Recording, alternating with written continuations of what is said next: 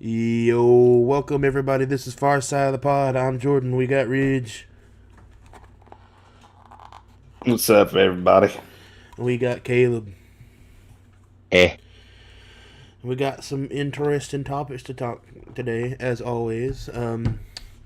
So let's get into her. Ridge, tell us about Voltron. Yeah, the news that I have recently heard about Voltron is that Voltron is now no longer going to be a movie that's getting released into theaters. It's one of those that had been going back and forth on whether or not it was, and they have landed on that it will only be streaming on Amazon Prime. So, if you was excited for it to hit theaters, sorry to burst your bubble. You better get Amazon Prime.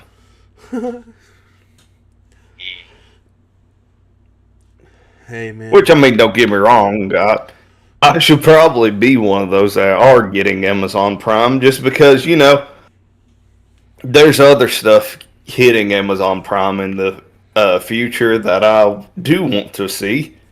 Uh, Voltron wasn't really one of those at the top. I was interested in the movie. Uh, yeah. Yeah, I'm about the same. What are you guys? I'm about the same there with you. I want to see it, but I don't know if I would have paid to watch it in theaters.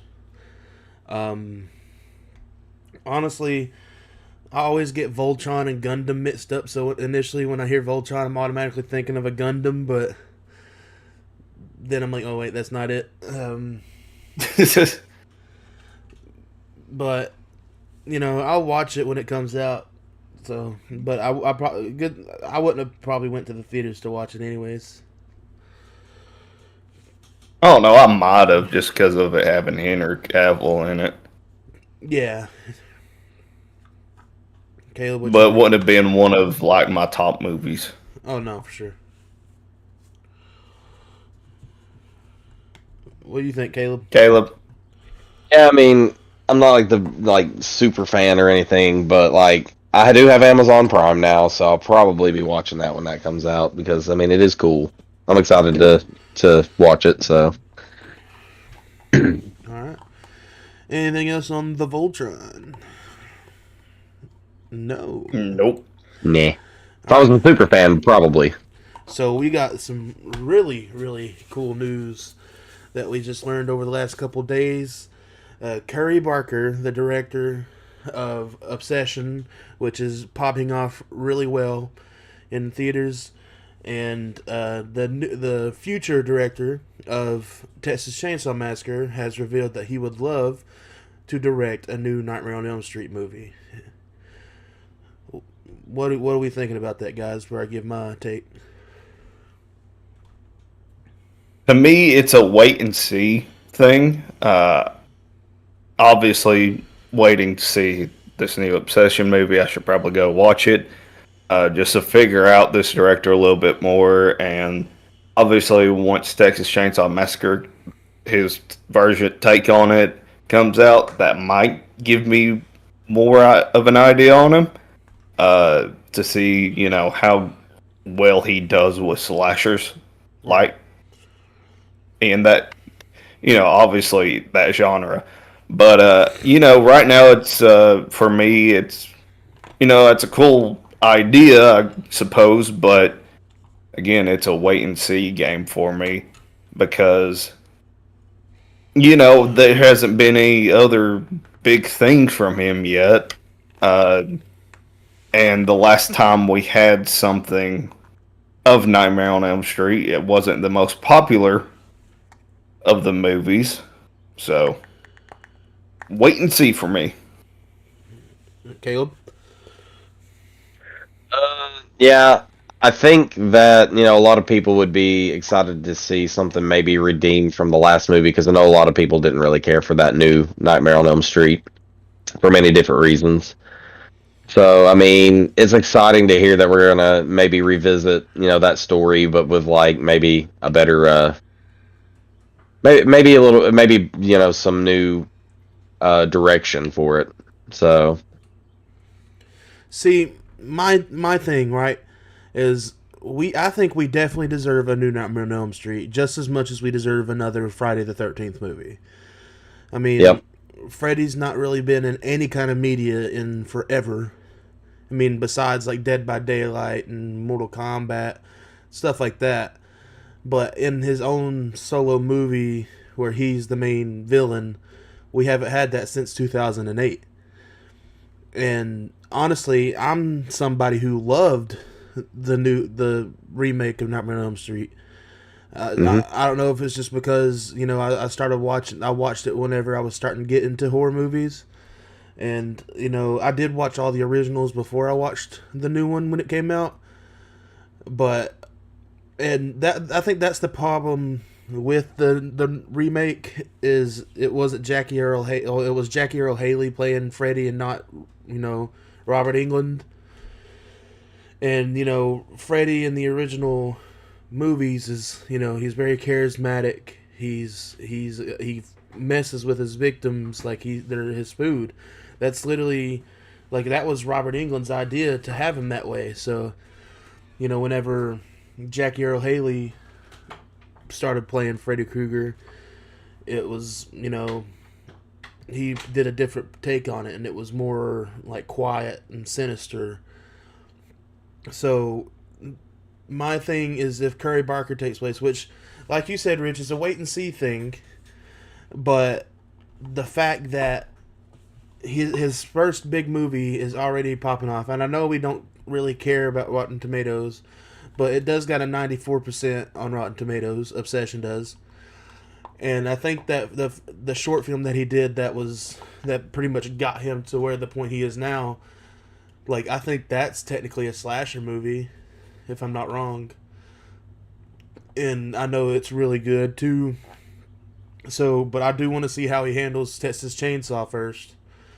My thing is, I know is there's going to be a lot of content that they're going to have to tone down when it comes to Nightmare on Elm Street, just because Freddy's supposed to be a child, or at least in multiple takes he is, or multiple ways he is. I mean, they really focal pointed in the remake, but in the original they kind of don't touch up on it, but it's kind of hinted. But they'll pretty much have to take that out. Hey Jerome, welcome to the stream, buddy. We was expecting you. By the way, let us know how we're sounding. That's why he's in here. I messaged him to tell him that we are live streaming and to see how it sounded. Okay. But no, I think, like you said, it's just a wait and see thing. But if it happens, because it's not, it's not even in development yet. It's just Yeah. There's nowhere near confirmation Right. that he's doing this project. It just if Texas Chainsaw, I think if Texas Chainsaw pops off, they should give him the opportunity to do it. And he really should, if he's gonna mastermind it, he really should start thinking about who he'd want to play Freddy, because he's gonna need somebody who can. I'm sure he already has. I mean, If he's already in the idea of he would love to do it, I'm sure he's already starting on right.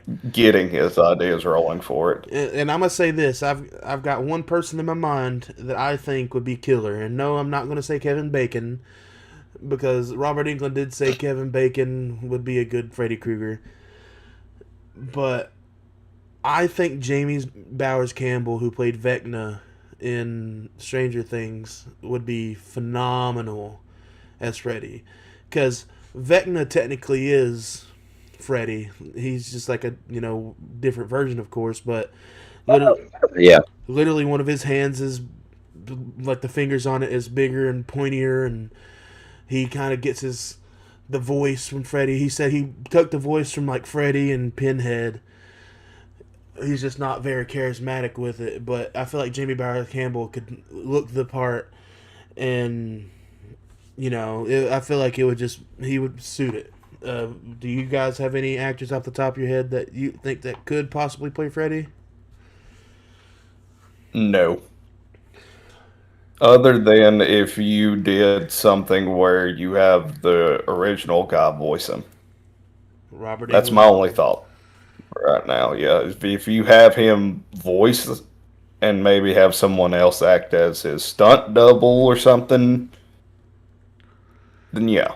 Okay. But other than that, right now, as far as actors go, uh, the name that you threw out was a good one. Other than that, that's all I got right now. All right, Caleb, you got any ideas? Honestly, I haven't put much thought into who I would pick, but that is not a bad pick at all. Honestly, the guy that played Vecna, I do like that idea. And I'll throw I another do. I'll throw another curveball real quick. I think Anthony Starr wouldn't do terrible either. Oh yeah, I mean, I mean, he's pretty much proven that he can take on some seriously dark roles. I mean, he's crazy as Homelander, but I feel like Yeah. he's not the tallest of people, so I feel like he would fit the more of like how Robert Englund's stature looked in the movie. But I feel like he could do it too, but we'll just have to wait and see, and if it ever happens, we can talk about it more then. It's just wanted to bring this up just because I am hopeful that a new one does get made. Right. Well, two things real quick. One, we do sound a lot better, so that's good. Good. Glad we got that taken care of. The second thing, going back to this Nightmare on Elm Street, if it does happen, who do you want it to be under? Like production wise, is this an A24? Is this Blumhouse? Is this Neon? Who should make this one? That's a good question because it's usually Universal, right? No, right. I mean, New Dimension is normally who did it. Right. Honestly, it really like it's weird. It'd be a weird thing because isn't these new Texas Chainsaw going to be A24? New Texas Chainsaw is underneath A24. The Camp Crystal, is obviously underneath Peacock, which Peacock falls underneath the Universal banner. Right. And then, you got your new Blair Witch Project remake is underneath Blumhouse. I think so. Yeah, there's a bunch of different routes to go. I think my top two choices, like it could be either one of these, just because not only is Freddy a slasher, yes, but he's also a dream demon. That's his nickname. So I feel like them touching more up on the mental toll that Freddy takes on the characters should be really highlighted, and I feel like the production studios like A24 and Neon do really well at, and I feel like I'd like to see what Neon could do with it because Neon is an up and coming studio. But I feel like A24 would be cool too. But there's also the part of me of them doing Universal, so we could possibly get another Freddy vs. Jason. You're all about the connections with HHN. And who wouldn't want another cool Nightmare on Elm Street house at HHN? Yeah, that would to be cool. To be fair, this could be a good way for A24 and Universal to work together on something like that. Absolutely. Especially if this new Texas Chainsaw pops off and they're like, hey, so we'll pay you this much if you let us use them. Right. And honestly, so it's not a bad idea just to keep it underneath the A24 banner. Absolutely. And I feel like they could make it more like, yes, keep it slasher, but also add the psychological horror into it as well, just because these people, you got to think, these people are taking pills to keep them from sleeping and not sleeping and hallucinating, thinking that they see certain things because they stayed up for so long. And I feel like A24's like style could really work well into that movie.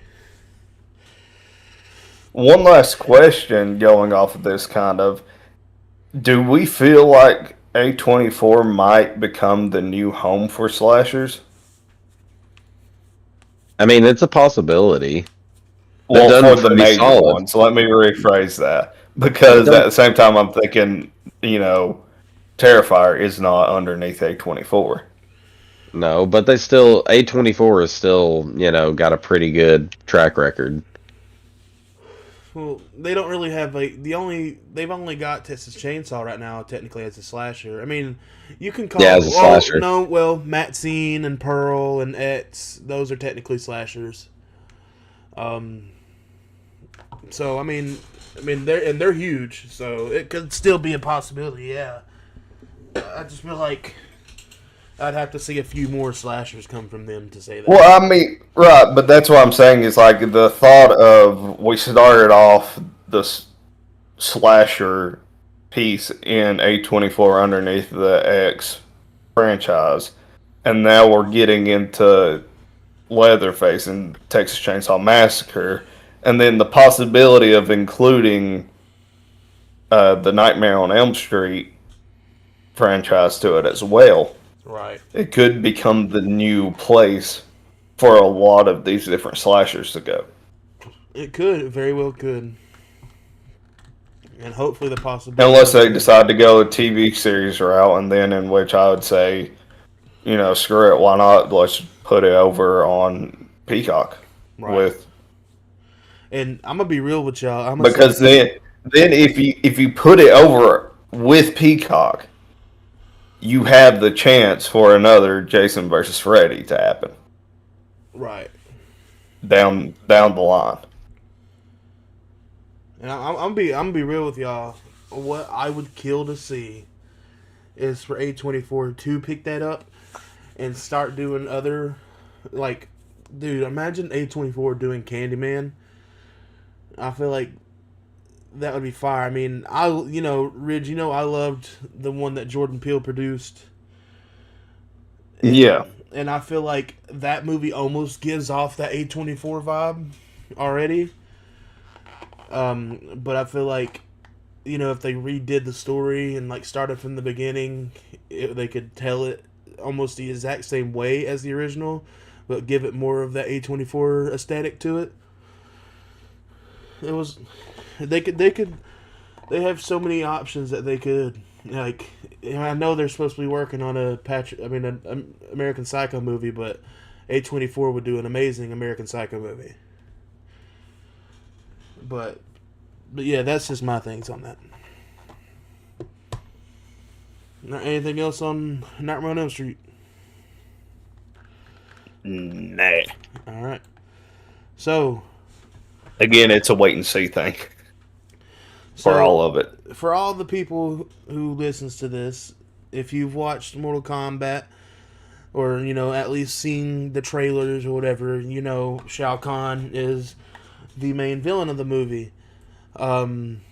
Now, Shao Kahn is played by this actor that's on the screen, Martin Ford, and he's a big dude. He's a really big dude. But he recently in a interview said that Bane would be his like dream role, and Ridge brought up that it'd be fire. So I mean, Ridge, I know I just took your spot here, but tell us about that. Why do you think? Oh no, you're good. Like we've obviously pointed out, and I mean, obviously, you look at the photo, and if you did a side by side of him and Bane, I mean, that to me screams the live action version of Bane. Don't get me wrong, we've had a live action version of Bane that was done really well, but I think that just him being as swole as he is, he fits it better. I told y'all early on that to me this is a cold take that he should play Bane. I feel like this is something that everyone should already know. If you don't know, now you know, because now you get to look at this guy, and I mean, if you don't think so, tell me who you think's going to be a better Bane. And this picture doesn't really do it justice. I was just gonna say, Go ahead. when the picture doesn't really do it justice because when you watch Mortal Kombat 2, he is like massive, and it could just be the prosthetic, but still, the dude's tall as Yeah. crap too. You know, so I mean, he's tall, he's yoked, he's already bald headed. What more do you want from your guy that's playing Bane? He's a good actor, and he's good in these action roles. So why not give this dude the opportunity to play DCU version of Bane? I think you'd be crazy not to highly consider him as your top candidate. Don't get me wrong, I've heard the name, I don't want to get it wrong. I've forgotten the name. Alan. Richardson. Yep. Thank you. Sorry, I don't know why I froze so hard on his last name, but I did. Anyways, I have heard his name get thrown out for Bane, but to me, this guy is a lot more my pick for Bane over Alan. I think that you could find a spot for Alan in the DCU or MCU wherever at. Don't get me wrong. But to me, this guy gives off Bane more than Alan Richardson does. Totally. Again, if y'all can think of somebody better, let it be known in the comments. Well, But to me, after seeing him in Mortal Kombat, I definitely could see it. Caleb, what do you think?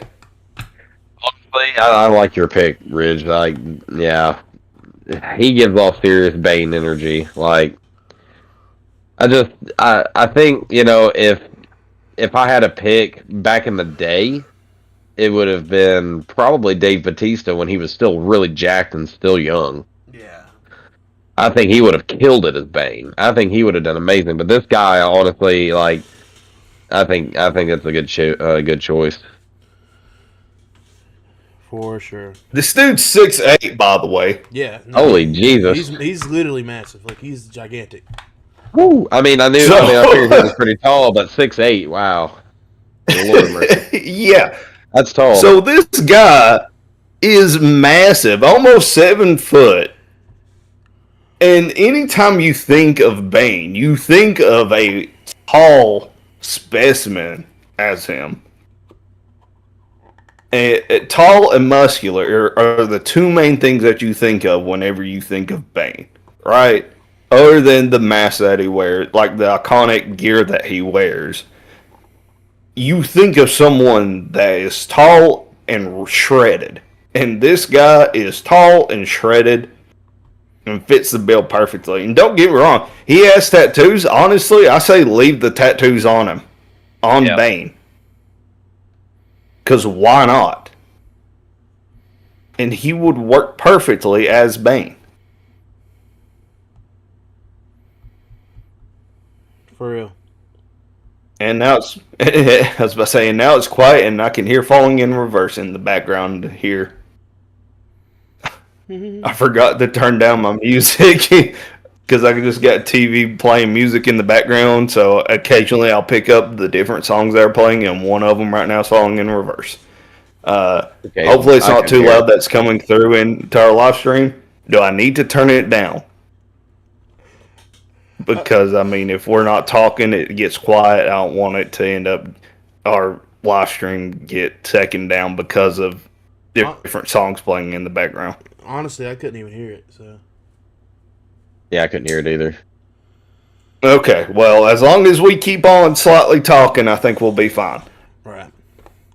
All right. So we got anything else on future Bane? No. All right, Ridge, you got us some information on Westworld possibly being remade. Hit us up with that. Yeah, so there is talks of Westworld getting rebooted. If you don't know, Westworld is a futuristic Western movie, and what I mean by that is it's a future where there are robots that play as Western people from back in the old days of the old West, the rootin' tootin' cowboy and shooting town. you pay a X amount of money, and you get to go into this world with these robots, and get to experience a world of the old West. Until eventually a one of the robots goes complete haywire, ends up killing a bunch of people, and it just sends it into this odd spiral. Um, Also, apparently, I think it's on HBO Max. There's a TV series of it. Yeah. I have not watched it. I may go back and watch it now just because of this idea that's coming up. Also, with this new reboot of Westworld, there is the possibility that this is Steven Spielberg's next big movie. After this Alien movie that he's making, he said in an interview, can't remember where it's at, so go do your own research on it, that his next movie is a Western movie.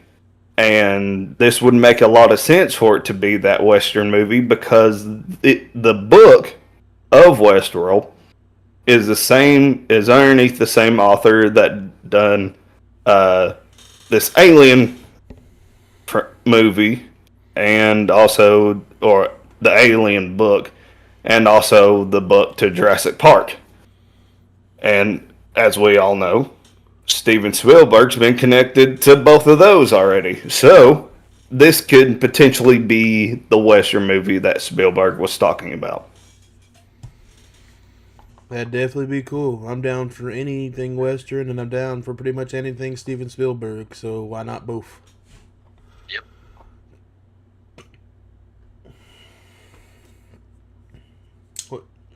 What do you take on it, Ridge? Well, I mean, my takes on it is I think it's a cool idea of, having a new Western movie. It's not often that we get movies that are, based off of Western things that are good. Right. At least good. The last movie I can think of that came out that had to do with kind of the West or cowboy related was Django. Other than that, I remember there was Cowboys and Aliens, or Cowboys versus Aliens, and it did not do good at all. You need to watch the Magnificent Seven. Yeah. That movie is phenomenal. Okay, see, there's another one that I didn't even know about. That's got Denzel. It's got Denzel Washington, Vincent D'Onofrio, Chris Pratt. It's got Ethan Hawke. It's got a crazy cast. Okay. Well, I'll have to check that one out. That, and obviously the only other thing that I can think of is the movie that came out. I don't know if it came out theaters or if it was only Netflix. I think it was only Netflix, and that's 1,000 Ways to Die in the West from Seth MacFarlane. Well, also, that's a good movie. Last year they came out with that Horizon movie that Kevin Costner did, but it didn't really do too well. See, I didn't even hear about that. That's how you know it didn't do well, is because I didn't hear about it. Now, I will say Yellowstone and all that, and like the 1923 and 1883 and all that. That stuff pops off. So there's people who I mean, and that's technically is the TV shows. That technically is Western. It's just modern, except for 1883 and 1923. As far as movies go, right? But I haven't seen a lot of. The only reason, good Western movies. The only reason I say it like that is because there is a crowd of people who do want to see some good Westerns. So, right, and including myself. And honestly, seeing them take that futuristic world of Westworld and making it a semi-Western, semi-sci-fi movie, it's a good idea. And if anybody can make it really good, it'd be Steven Spielberg. That's the other big thing for me, is that if we are getting this, and if this is Steven Spielberg's next movie, then yes, I think he'll end up doing very well and will be definitely an enjoyable movie, because I can't think of many movies of Steven Spielberg's that aren't enjoyable. Right. And honestly, if Steven Spielberg does do this, this could be like the next Dune, because it would have to be more than one movie. I mean, and the only reason I say like the next Dune is because, I mean, Dune is a cult classic from the '80s that's popped off and never, they remade them, so it could have that same like hype energy behind it. And honestly, it could be a big Oscar pop off movie. Anything else on Westworld, Caleb? You didn't say much, but Yeah, I mean, it'll be interesting to see where it goes. Everyone likes Steven Spielberg's movies. He's really accredited, and Westworld's a great series, so it'll be interesting to see what they do with it. all right. Reed, you got anything else? No, I mean, other than, the fact of, the ifs of it all, and if he does do this, I'll be looking forward to it because I'm also looking forward to this new Alien movie that he's doing. Right. So, yeah. I mean, and honestly, my last question on it, if this does happen for him and it really pops off, do you think this will be his like final like coup de grace, his last crescendo, like his last big thing that he does before he officially hangs it up? I don't know. If it does happen, if this is his last, I don't see him doing more than one movie of it. Right. Just because he normally doesn't do a lot of sequel movies. I mean, that's true. That's true. So I see this being a standoff movie. Maybe this is his last movie. Maybe this is heading into his last set of movies right here. Right. But I mean, it could be like a movie, like there's those movies where they film like a crap ton of it, but come out with multiple parts. Like how they did. I mean, they did it with the Twilight movies, and there's multiple movies that are like it. It's just I feel like it could be something like that. I mean, that's kind of how that Horizon movie was shot, because I think there was supposed to be two parts and they were like shot together. But that, and there's also the possibility of, if this does do well and he says no to doing a second movie, that they could potentially still go on, just not with him right as the director moving forward after. Right. They could. We'll just have to see what the future holds. And I will say, we are flying through this episode so far, so hope you guys are enjoying it. I do got something a little special. If you look really closely at the top of the screen, you'll see it. But let's continue. So this is going to be a little bit of a discussion. So the way I found out was Rob Schneider was on a podcast a few days ago, and he officially confirmed that they are doing Grown Ups 3. They said they're filming it this summer, right, Ridge? Something like that? Yes, I believe so. I believe the filming it's either already in pursuit or it's supposed to be happening soon, if not already. And they said that everybody's coming back for it. So Chris Rock, Rob Schneider, Kevin James, David Spade, and Adam Sandler. But one thing I do want to bring up, and that's kind of going to contradict the thing that everybody's coming back. And at Ridge, I'm sure this is what you were thinking too. Cameron Boyce, rest in peace to him.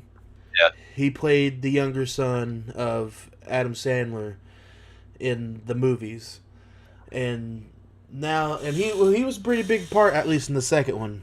He had a big part in both of them, but he had a lot of screen time in the second one to me.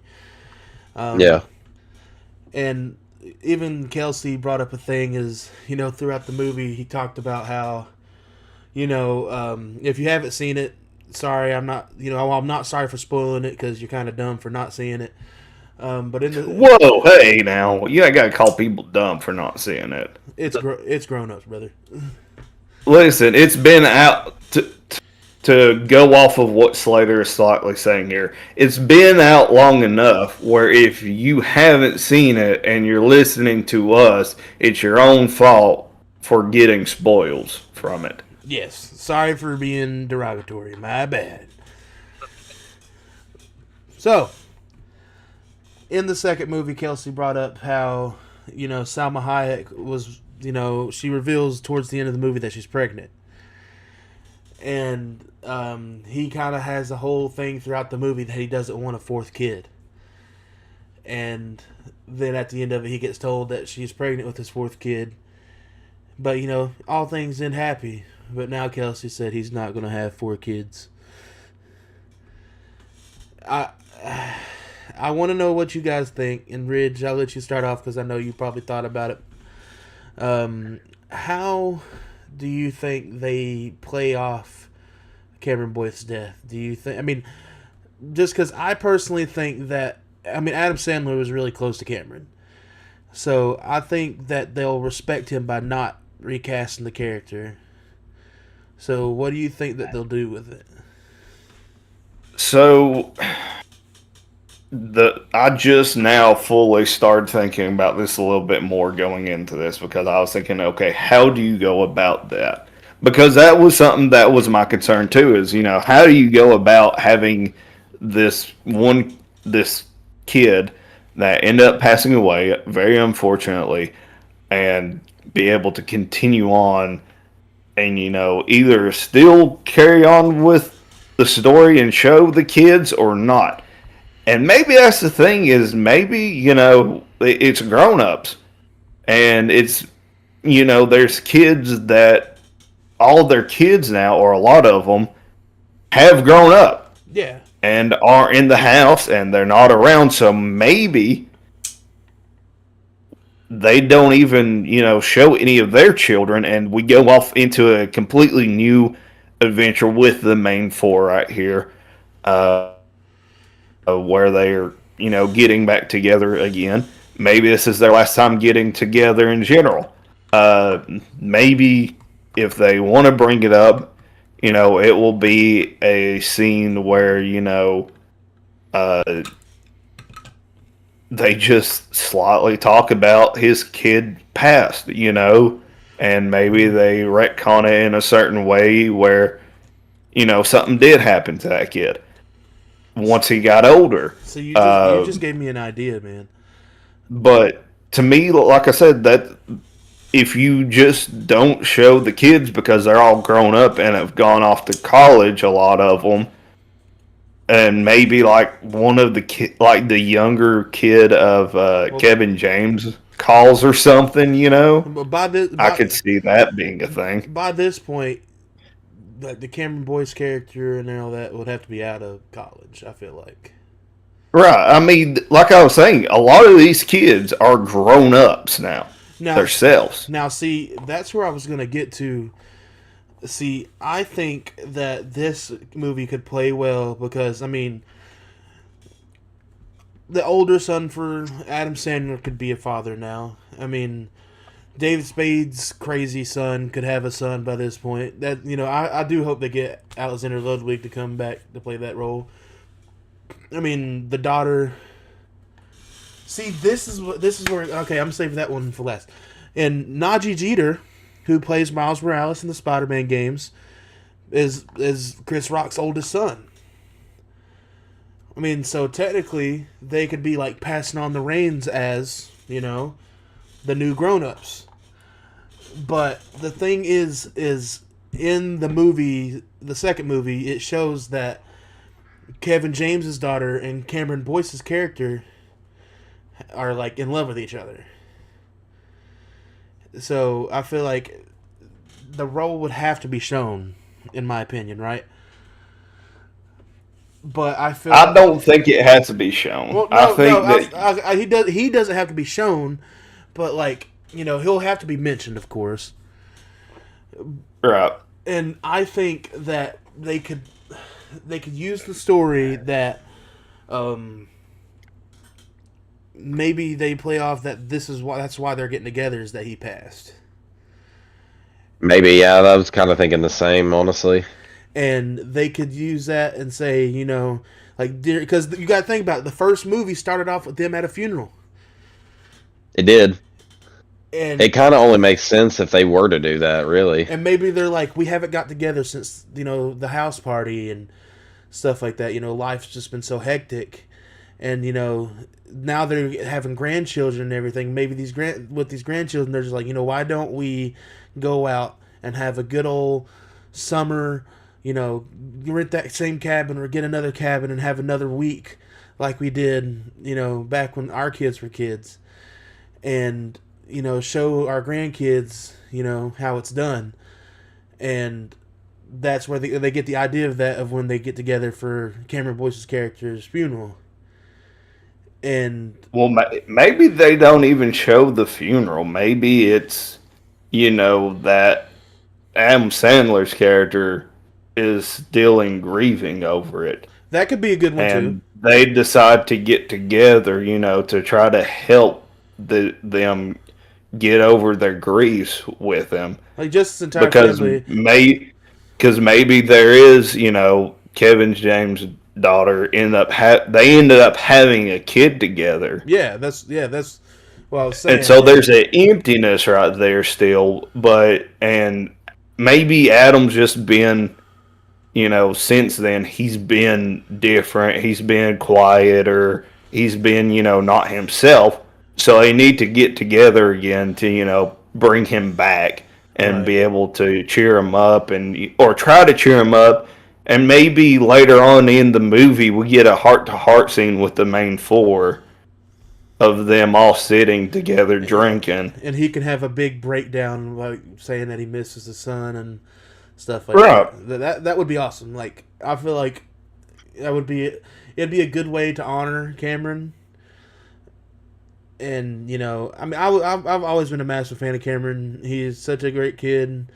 He was phenomenal from the get go. And I don't know if you guys know this, but Cameron Boyce's grandmother was one of the 12 kids from the Clinton 12. If you don't know who the Clinton 12 is, the Clinton 12 was the first 12 African American kids to go to public school in Tennessee. Did not know that. Yeah. His grandmother. I thought I was going to somehow connect to the president. No. Cameron. Clinton, when you said Clinton 12, that's all I could think of. Cameron Boyce's grandmother is one of the original Clinton 12 members. And like that's a crazy thing to even think about on its own. I didn't know that till after he had passed myself. But but like I said, they all love him. He's a great kid. And I feel like it would be a good way to honor him and to keep that character to him and not recast it. And Right. Yeah. And honestly, my main thing with this movie, man, is I hope they bring Najee Jeter into it. I hope he comes back for it, because it'd be cool to be like, hey, I met that guy. And two, I love the grown-up movies. And most Adam Sandler movies are amazing to me. And when all four of these guys are together, it's like, five, my bad. Rob Schneider's not in the picture. When all five of the characters are there together, it's a fun time. And the grown-ups group, the five guys, makes me think of my own friend group / family. Like, it just it hits close to home because they remind me of the people I know. And it's just Yeah. and it's And I probably, think that's the purpose. and it's probably because I grew up on these guys. So a lot of my goofy stuff I say or something like that, a lot of it comes from these guys. So, yeah, I do, and I will say I do love Kevin James, man. Imagine if Chris Farley was alive. Oh my God, yeah, I know. Yeah, how crazy it would be. I mean, like I said, I love Kevin James. Don't get me wrong, but if Chris Farley was alive, holy smokes. But yeah, so Ridge, you got anything more on to say, Cameron? I know I cut you off, and that's my bad. No, you're good, man. The only other thing is, I just hope that Netflix is able to do well with this movie. I feel like they've got into a lot of these sequels, and I just you don't. know, all that stuff. It's just like, I just don't man, think they there's know like a what they're certain about. point with certain movies that you can't really keep on doing sequels, and I'm worried that they're going down this weird rabbit hole with trying to revise things and trying to continue on with certain stories. Don't get me wrong. I think that this might be one of those that should happen Yeah, just for sure. because of it, of what we've talked about. But other than that, I mean, after this, you know, let's Yeah. cut it off there. Let's not continue passing down the grown ups franchise to the next set of kids or Oh, anything. yeah. Let's kill it right there. Grown ups, Respectfully. though the other characters in the Grown Ups franchise are good, there couldn't be another Grown Ups IP related thing without the core five. But one thing I'll say is they, I liked Happy Gilmore too. I know a lot of people didn't, but I did. And there's a lot of recent Adam Sandler movies that they done that I think are great. I think The Do Over was good. I thought that murder mystery that he did with Jennifer Aniston was good. Those movies are great, but there's one thing that I notice in them that I think doesn't need to happen in this movie, and I feel like they sometimes try to go over the top with that nostalgic comedy. You know what I mean?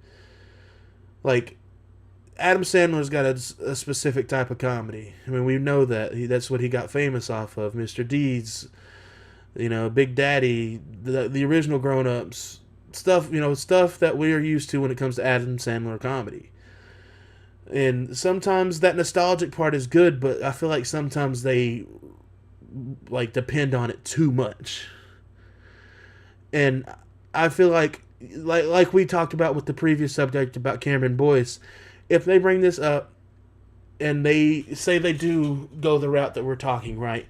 That, the death of Cameron Boyce's character is a big topic in the movie, whether it's Lenny still being, depressed from the death of his son, whether it's they're at a memorial or service for him, anything like that. I feel like they need to, like you said, Ridge, have heart in this movie too. Because like I said, this movie reminds me a lot of people in my life. And just the good times when we all get together and do things together like this, it makes me think of those times. And honestly, it makes me emotional when I watch these movies just because of the good times that I remember with the people that I think about when I think about these movies. And I feel like they should touch up on, we all get old. And that's a lot of part of this movie did tell, is we all get old and we all go our separate ways. But there's times that we can get together and think about the good times and the memories. And I feel like this movie, though of course it should have its comedy, you cannot have a movie with these five guys in it with that, together and have it not be comedy. Oh yeah. But I feel like there should be a lot of heart in this movie. I feel like it should be real. I don't think that we need any super over the top comedy in it. Of course, have the good comedy and have the good funny moments, but just that comedy where sometimes it feels like it can be a little bit too much, And that's the only reason I bring that up, because I feel like Netflix has done a good job doing that a little bit too much. So, but Caleb, what do you say? I mean, I'm excited for it, and I do agree. It needs to have a level of realism to it, considering everything. I think I agree with you on that. I feel like it will probably be some kind of memorial or funeral service that they end up, rekindling back together after the whole incident, and it just kind of makes sense. But I do think it'll be, good because it's Grown Ups. Great movie. And honestly, even if they don't come off it with it being like Cameron Boyce's death, imagine if it's like the old lady that Rob Schneider was with in those first two movies, and be like, Yeah. Oh my gosh. and they could be like, dang, I didn't think she'd last this long, and that could be like, and Rob Schneider can get up and do that song like he did in the first one, and they can mess with him like they did again, and stuff like that. But there's multiple ways that they could do this with. It's just I feel like that's what would be a good way to go off with this movie. Ridge, you got anything else to say about Grown Ups 3? Nah. All right. On to the next thing. Ridge, you got some news about Lantern? Yeah, so here, as of, like, I just figured this news out today, so this is fresh off the press for me. I've heard that Lanterns, the TV series that's coming to HBO Max in August of this year, will take place over 2 different timelines, which I imagine will be split, or I'm hoping that it's split between the 2 halves of this first season of it. That being 2026, and then jumping forward in time, or not 20. Wow, my bad. Starting off in 2016, and then jumping into 2026. Wow, my bad. So we'll see how it all starts with our characters and what they have to deal with, and apparently a shooting that happens, and how it eventually leads into how it will fit to the DCU now as a whole. Caleb, what do you think? I think it'll be good. I haven't seen too much on it other than what you guys have just said about it, so I don't really have much of an opinion. But anything DC, I'm excited to see. If you haven't seen the trailer, Caleb, you should watch it. It looks really cool. Yeah, I haven't seen the trailer yet. I will say, I was saying this before the podcast. I really do like some Green Lantern content. I wasn't the biggest fan of the Ryan Reynolds movie, of course, but Yeah, me either. but I do love Green Lantern. I mean, the main thing that I'm really excited for is we're finally getting a live action Jon Stewart. And Oh, that'll be nice. Yeah. Jon Stewart is one of my all time favorite superheroes. I love his Green Lantern. Growing up, I never thought about Hal Jordan's Green Lantern. I always thought about Jon Stewart's Green Lantern because I grew up watching Justice League Unlimited and stuff like that. And they got some great actors. I don't know the name of the guy who plays Hal Jordan. I know he's a pretty well actor. I think his name's Kyle. I could be wrong, but I know Aaron Pierre, and Aaron Pierre is a phenomenal idea for Jon Stewart. He fits the look. He's huge. I think he'll look great in a suit. So I'm excited for the show. I do think it's looking at the trailer, do think it's wild that they are going with an edgier take on it. There was a lot of language in the trailer itself alone. I mean, I'm not surprised it's James Gunn, but nah, I either way, I think that this show will be cool as long as it's done right. I think it'll be a big win for DC. The actor's name is Kyle Chandler that plays Hal Jordan. Kyle Chandler. Okay, I knew I had the Kyle. I just couldn't remember the last name. Yep. You got anything else to say on it, Ridge? I imagine that Hal, during this first half, or at least that's what I'm hoping for, and I'm hoping that this isn't, we're waiting to jump to 2026 by the last episode. I imagine that by the end of the 2016 part, he's going to die, and then that's going to lead into Jon Stewart being the main, Green Lantern. That's for I'm sure. Also that's true because they are sharing curious. a ring in the movie or the show. I'm also very curious on how they're going to include or come to a point of there's more than one lantern on Earth.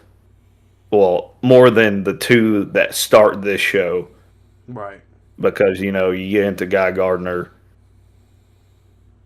and Superman, so, how did he end up here too? Right. So. Well, the thing is,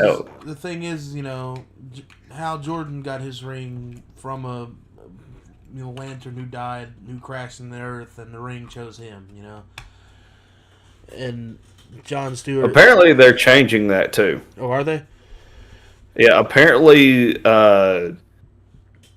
it's not that the ring chose him, but instead it's the people that created the ring are the ones that chose him. Oh. Yeah. This is all new news to me as well. We're still trying to figure out all the details. Maybe some of it will get explained in the next trailer, maybe not, but yeah. Well, we got a few months till it comes out, so hopefully. I mean, even if we gotta wait till then, that's fine by me. I'm excited for this. This has been one of my top things that I've been looking forward to when it comes to DC. All right, on to the next topic. All right, so Ridge, I know I keep coming to you, but you got all the stuff. You're good. That's what happens whenever I'm the one that He's got mainly the writes tea, what y'all. we're talking about. All right, so let's get some discussions about Ahsoka. Yes. So, Ahsoka season 2. As some of you may know, some of you may not know, the show has been delayed due to them going back in and doing some reshoots, and I think also, by all means, doing some rewrites for the show as well. Possibly going. This will also include the Ahsoka movie that was supposed to be coming out, because apparently all of this was to somehow connect Mando and Grogu into it, but apparently, by the way it sounds of this Mando and Grogu movie that's coming out, projected to not do good at all. They are, trying to back away from it. So instead, to help go into the future more so of what they're wanting to do with Star Wars, is that they are rewriting all this to include the Skywalkers. And by Skywalkers, I don't mean Rey Skywalker. I mean, we're going back to the original Skywalkers in Luke and Leia, and also include Anakin Skywalker back again. Now that makes sense because we do see Anakin in the first season when she enters the world between worlds. But here's my thing, dude. I've had this theory in my head for the last 2 years since the last season came out. So, in the books, there's a character called the Mother. Yep. And I think we talked about this on a podcast once before. And the Mother is a high force wielding being who can shapeshift into anybody that they want to. And I feel like this would be the perfect opportunity to cast Natalie Portman as the Mother, and they have to incorporate Luke because I feel like Luke would have to help Leia. Not Leia, geez. Leia would help too, but Luke and Leia would have to help face against their own mother, technically. Or something using the face of their mother. And, I feel like that would be... I've been saying that for the longest time, that's something that they should do. And, I saw it once that could be a thing that they were doing, and I feel like that would just be awesome. I feel like that would be peak Star Wars storytelling. That's just my opinion, though. What do you think, Reed? From what I've heard, is that this is a possibility of... Well, obviously it's going to bring them back, but this is going to bring Anakin back to life. I don't know how, don't know which way they're going for, but apparently this is to somehow, if I'm not mistaken on what I've heard, and I probably am, so forgive me in advance, this is to somehow retcon the sequels and to pick up before we get into the story with Rey. and maybe later on down the road go back and revisit the character Rey, but just her But being a bad guy instead. say, wasn't they supposed to be doing a new Ray movie? They were. It's not set in stone that they're going to, and maybe, just maybe, it's the idea that Rey is the one that ends up is training the new line of Jedi, and maybe the new line of Jedi are also Skywalkers that she's training. Like it apparently the possibility is that this will lead into the era of Skywalker. Right.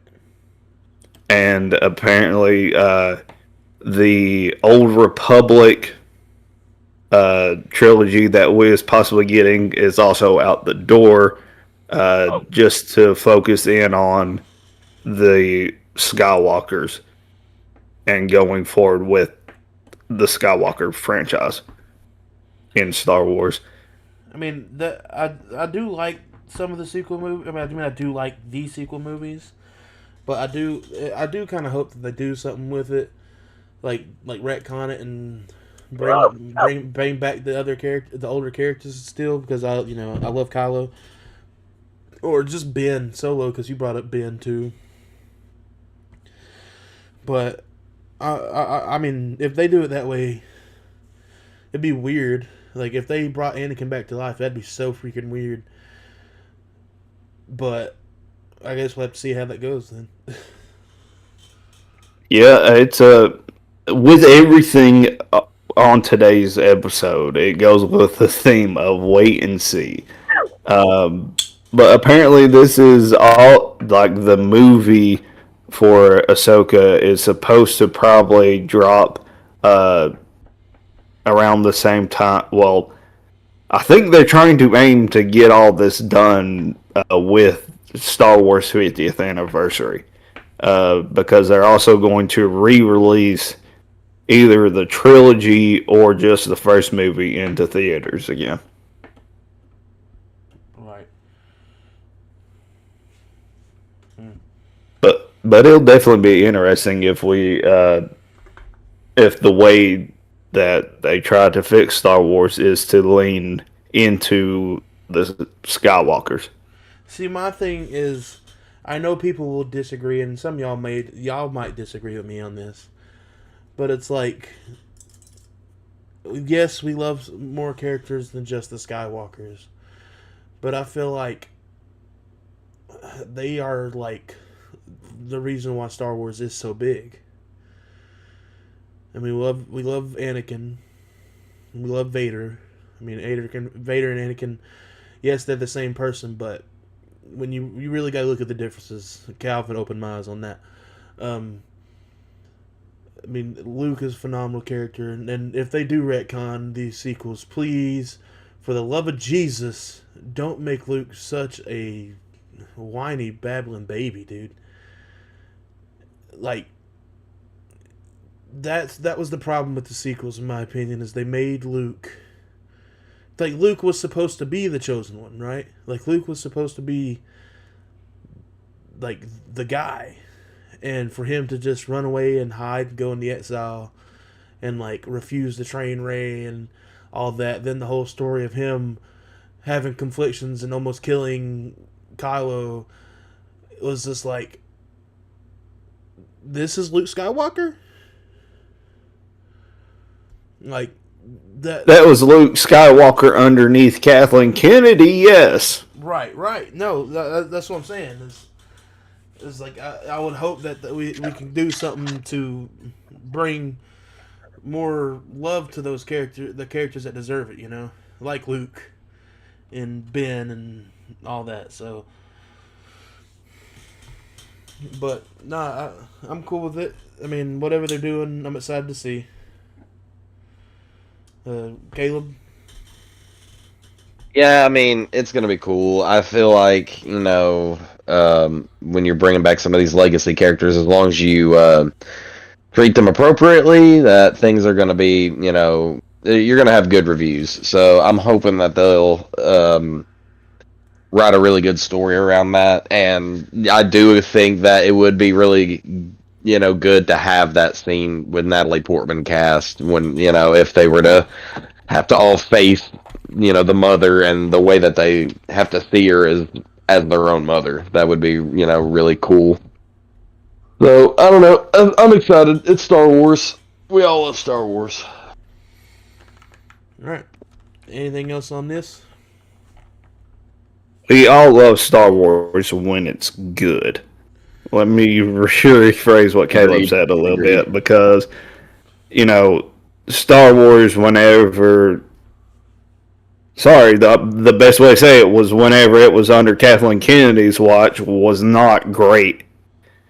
Don't get me wrong, the movies that came out there for like the first little bit, those first 30 movies that came out were decent, but man, you could tell that those weren't great written movies as far as Star Wars goes. It didn't feel like Star Wars all the way, Right. And then just ever since then, it was it was like trying to go up the side of a mountain that was made out of butter. You would start to climb up it because you thought there was something nice up top, and then you just lost all grip and slid right back down to the bottom because you just couldn't enjoy it, and it just wasn't worth trying to make any moves on. And now it's almost as if that mountain of butter now has a few rocks coming out of it for you to get your grip on and to be able to fully climb it, because there's actually potentials at some point of it being good again. The reason why I say it's still buttery, though, is because we had to get past Mando and Grogu, and there's also no telling if the Starfighter movie is going to be any good. Right. That's another wait and see thing. For sure. I swear that's the theme of this podcast, is wait and see. You know what we didn't address? We've said this for every episode, but we won't be talking about Marvel today. Yeah, I think this is our first one that we're not talking Marvel. I'm sure that if I really wanted to, I could have fit Marvel in here because I seen some stuff that I was going to look at today that was Marvel related, but we talked about DC, so some superhero stuff got into here. So we still managed to squeeze in some superhero stuff, and whether you like it or not, we still squeezed in Disney. Yep. With talking Star Wars, so. All right, and I'm also going to be squeezing in something special right now. So, for the last thing of the podcast, I think it would be cool if we did a tier list. Now, this tier list, like I told y'all before we started, is a WWE theme song all-time tier list. Now, there's going to be songs that's not going to be on here, which we could bring up later on. I think I'm just noticing one that is insane that it's not on here, but I'm gonna mention it anyways after we get done with the list. So how about we get into it, guys? All right, so the way we're gonna do this is I'm gonna bring up the theme song. We're gonna say about what it is, and we got a ranking from S, A, B, C, D, E, and F. And we'll go through these. I'm sure it'll be hard to put any of these at F, but I'm still going to bring it up. Hey. All right. Is there any way whenever we talk about these or something we can make the photos of it bigger? Do not know. Because I'm looking at it right now, and they are tiny photos. Yeah, they are. But I'll tell you what they are. That's the only way I can really see. Okay. So this first one is Finn Balor's Catch Your Breath. His theme song his now current theme song that he changed back to, but it's his original theme song. I think it's a great song. I mean, Finn Balor's one of my greats. I wouldn't put it in S tier Possibly A tier. Could be a B. I could argue for a B tier, but I'm gonna give it an A, just for me personally. Ridge, what do you think? If you're leaving that one up to me, I'm saying C. Ooh. I mean, it's nothing special, so I don't Yeah. blame you. I don't blame you. Just because I feel like there's going to be some that are, a lot Oh yeah, no, better. there is. So just for me, it's a C. Okay, Caleb, Yep. what's your choice? Honestly, I was gonna say about the same between an A and a B, and I'm gonna have to. Sorry. I'm gonna have to go with B because it's a good song. It's not like the most memorable song. Okay, so we're gonna put it at a low B because we got two B's in the C. Can I just throw this out real quick because I don't know what all songs we got on here. Yeah. And I know that y'all are saying B, but can we put it at C for right now? Just because I'm afraid that we're going to have a lot of songs that we're going to say is B or A. I'll give it to you. I'll give it to you. You're right. But that's the lowest. I mean, it's respectable to call it a B. Yeah. I see your points, but I'm afraid that we're going to sit here and have a bunch Of B's.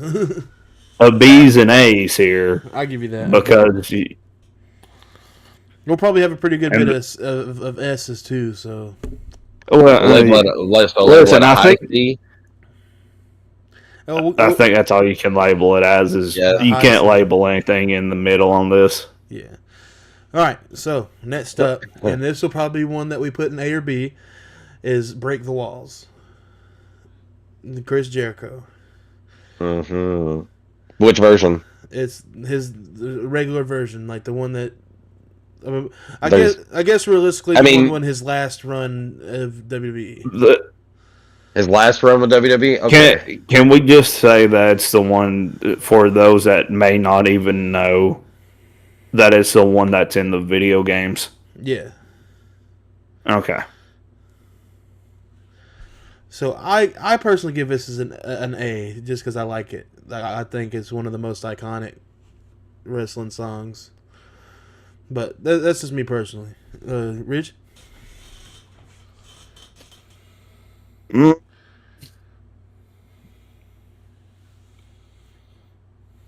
going to go with my gut on this one, and I'm going to give this one a B. Okay. Caleb? So this is gonna sound weird, but I love Chris Jericho's theme. But this version of the theme is not my favorite.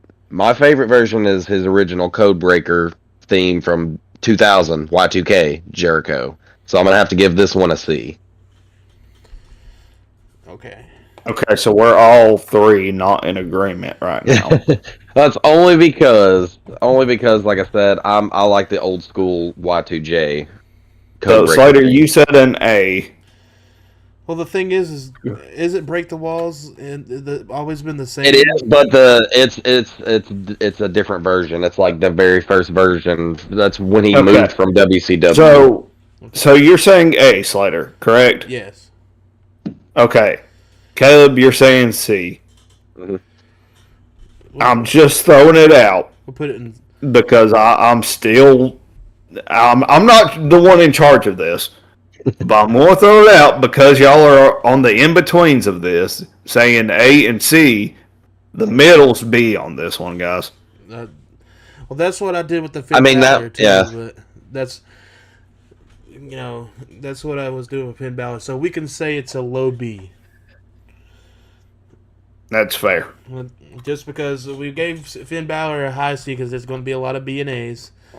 Well, also, you guys hold that theme a little more higher regard from Chris Jericho than I do because I'm more of old school. Well, Caleb, so that's a low B is fair. Hold on, don't say it like that. Chris Jericho, Y2J, when he debuted on Raw, is my favorite version of Chris Jericho of all time. Okay.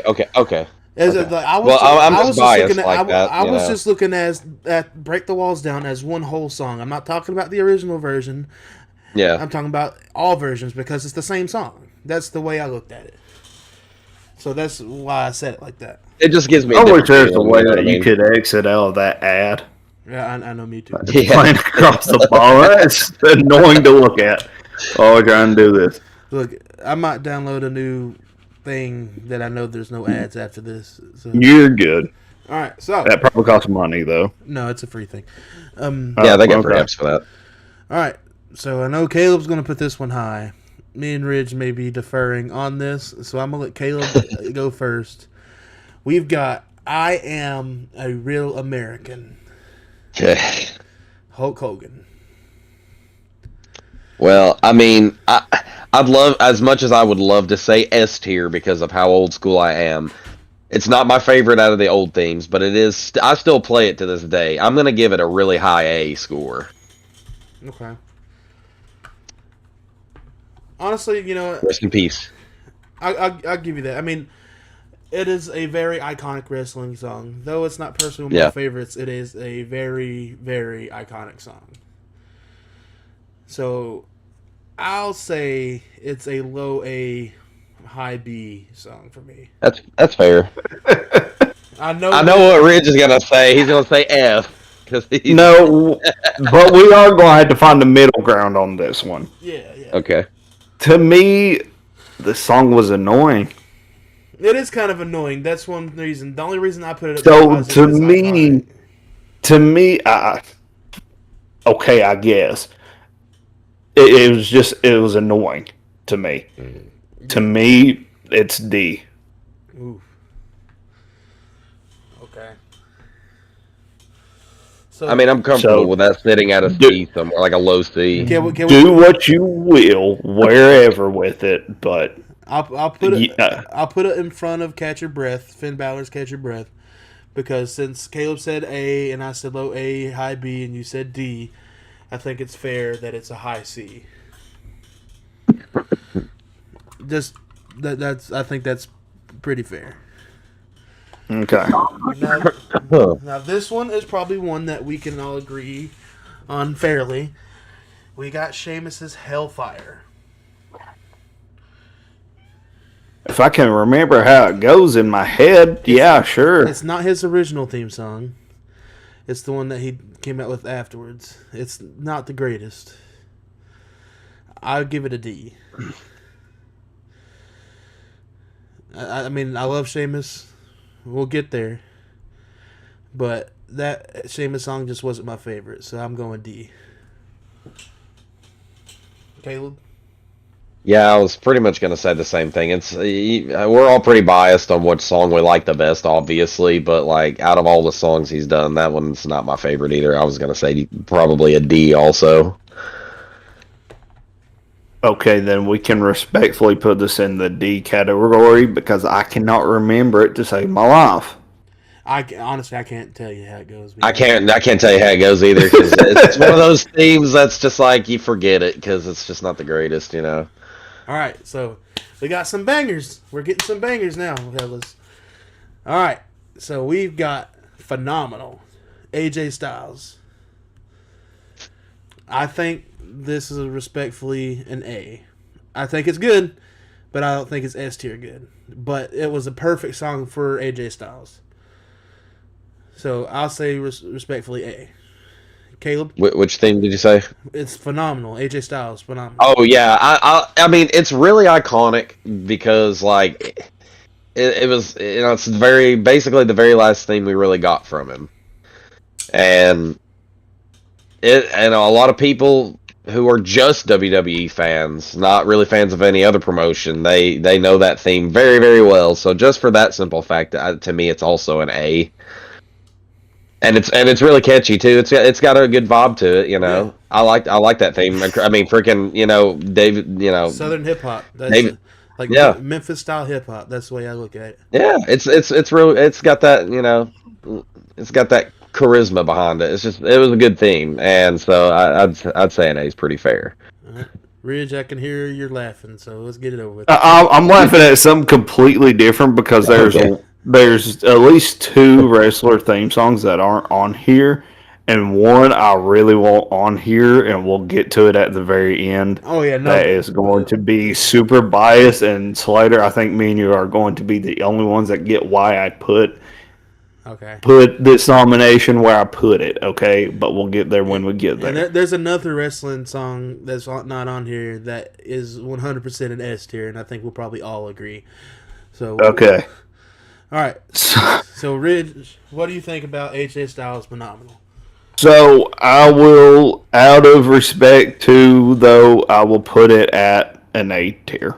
Nice. Solid. All right. This is another banger. This is honestly one of my personal favorites. It can get they took it away from us for a little bit, but they gave it back to us. The Rising Sun, Shinsuke Nakamura's original and current WWE theme song. See, I think this is a great song. I would say B tier, and here's why. Song's great, but the thing is, it can be a little annoying at sometimes. But when he first started using the song, the way he would come out, the way they slow built it, and like he came out and the lights hit him and everything, it added to the flair and made the song even better. Yeah, So, I agree. So that's why I won't put it up as an A or S, but I will give it a respectful B. Ridge? That works for me. I'm thinking of like the two different times where we've had it differently too, Yeah. because we had the This is not where I was differently. gonna. This is Let me where rephrase I was this. gonna be talking Whenever about we that. had different quote unquote live performances with it, where it's the Yeah. live and the track where we had the violinist play for him. I think that was at WrestleMania, and then you had Rick Boogs playing for him for a long time. Yeah. And also remembering all the times that Pat McAfee stood on the table. Oh, And I yeah. think that's like whenever he first starts standing on the table during the entrance song. Like it's a vibey song, and that's what I like about Yeah. it. And like, Yeah. and when you bring up the violinist, that was when he did it once in NXT, but when the night he debuted on the main roster, he had that violinist come out and do that little intro for him, and I think that's still one of the best like NXT debuts we've ever seen, in my opinion. So like that's why I hold that up there. The theatrics behind it was phenomenal. It is a respectable B plus for me. Yeah. Caleb? So I really want to give it a B, and it's hard because I like the theme, but I really enjoyed when he did the Dark Samurai version when he was a heel, and it was just very.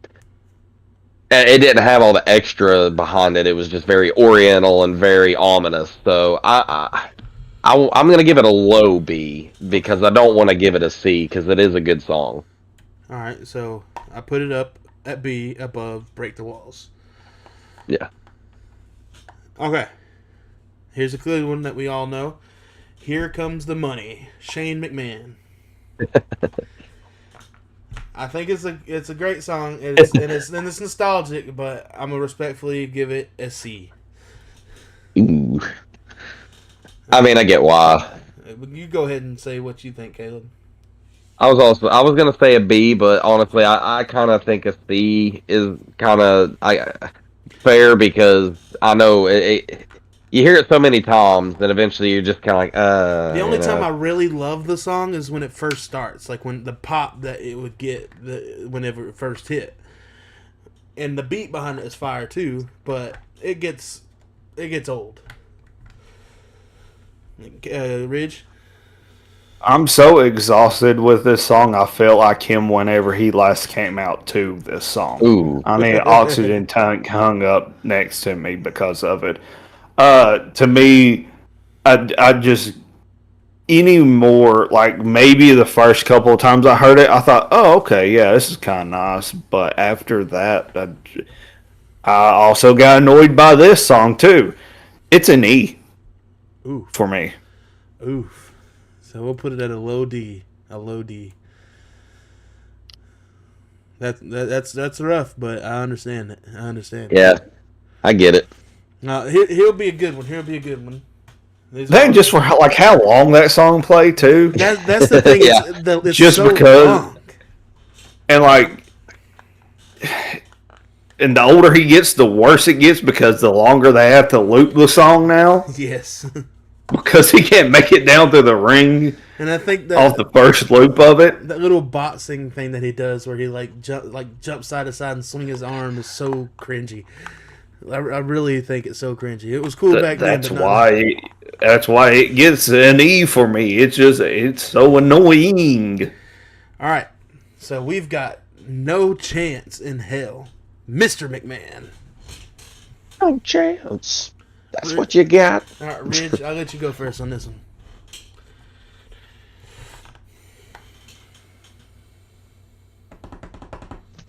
This is hard for me. I'm gonna put it at C plus Respectable. because it's a nice. If Like whenever you heard it, you knew something major was probably going down. right, that's the thing behind it. It's not the greatest of songs, but the character that Mr. McMahon was made it. You better. knew whenever that song happened over halftime, Yeah. somebody was probably going to get fired. Or something dramatic was about to go down because you had the big boss coming out. Even like the later on times whenever you seen him towards the end, which was few, far, and none, whenever you'd see him come out on stage, you knew something was about to happen. Whether it was good or not. Yep. So to me it's a C plus. All right. Caleb? I agree. I was pretty much going to say it's either a low B or a high C, and I think that a high C is appropriate because the song is good. It's not like Yeah, I wouldn't call it a tier. I was going to say the same exact thing, so not even have to discuss it. Now here's a good one because we got a few of this fella right here. We got way too many of him. I'm sorry. Like, why is there about 7 of him? There's only 3, but he's in 2 factions. Technically, you have more than 3, but right. All right. So of him by himself still. So we've got Triple H's King of Kings. This is not the game. This is not my time. Yeah. This is the King of King. Great song. I don't think it's as good as the other 2. So I'm going to give it a B. Rich? Well, you gonna hate me then? Okay, no, go ahead. B. I'm giving it a D plus. Oof. Oof. You don't like the King of Kings? No, there was only one song that I liked of his. Okay. All right, Caleb? Yeah, I was gonna say a low C. I like it. It's not my favorite song by him though. Okay. So I'll give it a middle C, respectfully. Because Reggie gave it D, I gave it B, Caleb gave it a C. Middle C, low C, however you want to look at it. Alright, so we got a back-to-back one right here. We've got CM Punk's The Cult of Personality. This is a borderline S tier. But I'm going to give it an A+. Because I think it's a legendary song. It fits CM Punk perfectly. But we'll discuss that here in a second. Ridge, what do you think? S. Easy S. Okay. Caleb? I was also going to say S, but I like Another Theme a little better. Just because. Well, you only gonna put one? Are you only gonna put one up on the S tier for yourselves? You know what? No, you know what? You're right, Ridge. Hey, we'll just, I mean, we got multiple in other spots, guys. Come on now. We do. You know what, Ridge? You're right. We're all going to say S on Cult of Personality. And gosh dang it, we're all going to say S on this Fire Burns. Yes. Hold. I'm not. Why? Because personally, respectfully, while yes, it is a great song, out of the two, if I had to pick one, and that's the way I'm doing with a lot of these wrestlers, if they show up more than once, That's understandable. It's understandable. I'm going to break them off into different tiers. So to me, this one deserves an A Okay. plus, but the A range. Hey, Caleb, you giving it S though? Oh, I'm giving Killswitch Engaged an S++. All right, so I'll give it respectfully a low S because Rich gave it an A. So it'll be an S, but it'll be on the lower end of it. But it's still in a place it deserves to be either way. Yeah, I'm just biased because I really like Killswitch Engaged, but also that theme for him was one of my favorites. That's the one I watched him do for a long time. It's just, I give it Ridge. When you think of CM Punk, it's hard not to think about Cult of Personality. The song fits him more than any song. Yeah. But just this Air Burns is a nostalgic thing. All right. We got one that we probably all don't really care for, but we all got to think about the character that it's for as well. I Came to Play, The Miz. What are we thinking on it, fellas? Caleb, I'll let you go first. Honestly, I'm going to say a B. And because it's good, but it's kind of repetitive, and it's not exactly my favorite theme from him either. But it's one that he's, come accustomed to, so it's not all bad, and that's why I give it a B. All right, Ridge? I'll give it an A. Okay, that's fair. That's fair. Hey, I was gonna say a B myself, like a high B plus. So, I mean, I would be give it a low A. I'm gonna give it a low A. Yeah, I mean, I'm not giving it a low B. I was giving it a solid B just because, it's good. I'm not saying that it's not his best theme. The song's not the greatest, but it's the character. Yeah, and it fits. Yeah, the character. Now you remember the one we started with? It was with the fedora and the whole finger tapping. Yep. So that one's the more memorable for me, just because that's what we watched for a long time. All right, so we got another Triple H, and we got his main jam, The Game. It's time to play the game. Ridge, what do you think?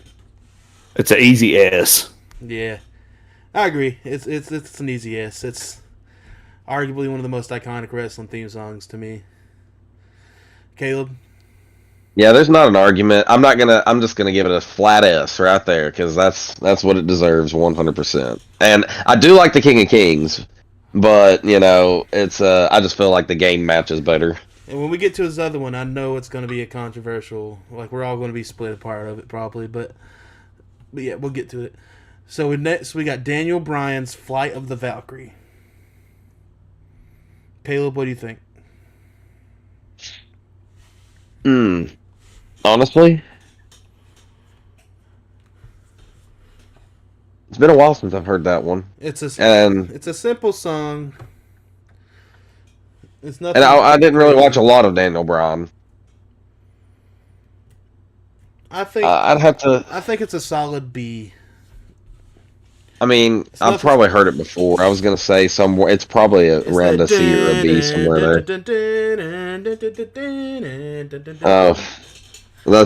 Okay. Flight of the Valkyrie. Yeah. Yeah. I mean, that's fair. I guess a low B. All right, Rich.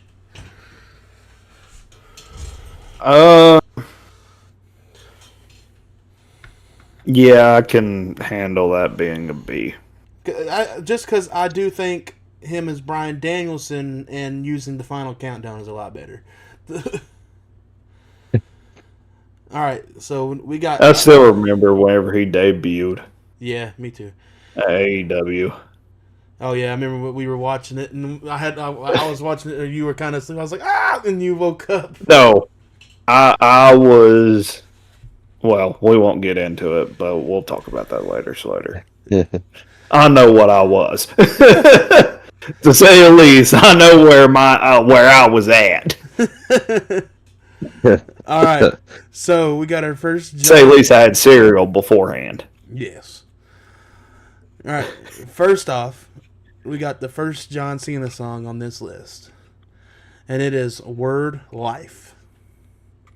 Mm. I think the thing about John Cena's music is John Cena is a legitimate rapper, and Yeah. he is phenomenal at rapping.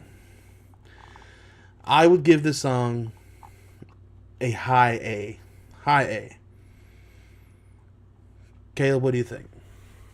Yeah, I'm biased. It's my favorite John Cena theme, so I'm gonna have to give it at least a low S. Okay. Bridge?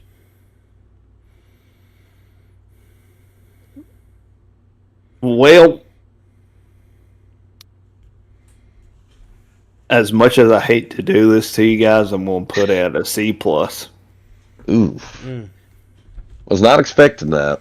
So I'm gonna put it as a middle B, middle B, middle B. Because That's I sad. wanted it sitting in the B. That's fair, I guess. I knew that if I said that it was going to be a B for me, it was going to sit in the A tier. I didn't think it deserves the A tier. I think it deserves B tier. That's respectable. I So think Well, I I'm think- dropping down to C so that way it can get right think there the where song- I feel respectfully. I think the song that he did on his track that was like "Bad Guy" or "Bad Man," and I feel like that should have been one of his, his heel theme too. All right, we got another one that Triple H is involved in, but it's not a singular Triple H. We are looking at "Line in the Sand," Evolution. I think this is a crazy good song. I'm gonna say A. Yeah, that's what I was gonna say. Ridge? If I knew it, You've never heard the Evolution theme song? Yeah, the evolution. I'm theme. sure at one point I have, but it must not have been that good, or else I would have remembered it. It's a good song. That's a good I song. don't remember the song at all. They just only ever used it for Evolution when Evolution was together. Yeah, So we'll just give it a high B. So Ridge say we put it in the middle because he doesn't know. Is that fair? I was about to say, don't give me that. yeah. Don't that's give me fair. that one, or else I might end up having to tell you an E just because I don't know what to do with it. It's another Motorhead song. It's like a slower Motorhead song. So you can imagine that. Evolution is a mystery. Yeah, evolution is a right. mystery. So It's good stuff. now this one. I think I know it, actually, now that you said it. So that's a fair spot. Okay. All right. So this is a good one, fellas. I think we might agree on this one. Are you ready? D Generation X. Caleb, go first. S. Yes, I say S as well. Absolutely. Rich? It's so iconic. I'm going to be the biased one and put it at A. Okay. We put You're being difficult now. You're just being difficult now. See, I'm not being difficult here. I'm not being difficult. Well, I don't think The- Ridge didn't get to see as much as DX as we did. Listen, yeah, I heard we this did watch theme a lot song. of DX. I've watched DX. Don't get me wrong. I know the theme song. Don't get me wrong. But to me, this is an A for me just because the simplicity of it. It's simple. It's a simple song. I'll give you that. All right. So we got Kevin Owens Fight. It's a okay song. I mean, it's a good song for who it is and who it's for, but I don't think it's anything special. I give it a C. Yeah, I was gonna say a D, like plus like a high D somewhere up in there. All right, Ridge. Slater, I'll meet it with you and put it at C. Okay, so Okay. To me, it's Low C. it's a B. Okay. Because I enjoy it. I enjoy whenever I hear that song. Oh yeah, and the thing about it, it's not an annoying song, and it's not repetitive. It's just simple. It's a good song though. Like it's like for It's simple and it's good, right? All right, so this next one, we may have some differences. We may think the same, but I have to say this: Sami Zayn's Worlds Apart, is a flat E. Not because I'm not the biggest fan of Sami Zayn. I just think that song is so annoying. But this is but. And like I guess the crowd gets into it. Yeah, I get that. But it's just like, come on, Sammy. That's the song you still use to this day? Like I don't know. It's like Kevin Owens makes sense because it's simple and it goes. Sami Zayn's is just, even when he's heel, he used the same freaking song. Yeah, I know, it's so stupid. Caleb, where are you putting it at? Oh, I was gonna pretty much say I was gonna say an F plus, but I'll go with you on an E. I'm not gonna say it's. I'm just annoyed with it at this point. There's not many Fs to me, but good lord. You can't just do that. And then also to use it as a face and be booed. Yeah. And then when you're a heel and cheered, you're still using it. Hold on. Let's see here. I'm gonna make y'all fight with me on this one. All right. I know you probably like it more, Ridge, because y'all are gonna be mad. All right. I like ska and everything. Okay, listen. Hear me out. I'm going to put this at C. Okay. That's fine. Yeah, I can see that. I can understand. I mean, some people like the song. I'm fine to give it a low D. So, are you fine with making that a D? Because the reason why is because I figured, okay, for me personally, it's a C. For y'all, it's an E. So in the middle, D. Right? Yeah. Awesome. Yeah, that's fine. I like ska, so that's the only thing that's keeping it from an F for me. To me, I love the fans get behind the song. Yeah, that's the good part. Whenever they hate him, they boo the crap out of him, and it can be the same song. I don't care.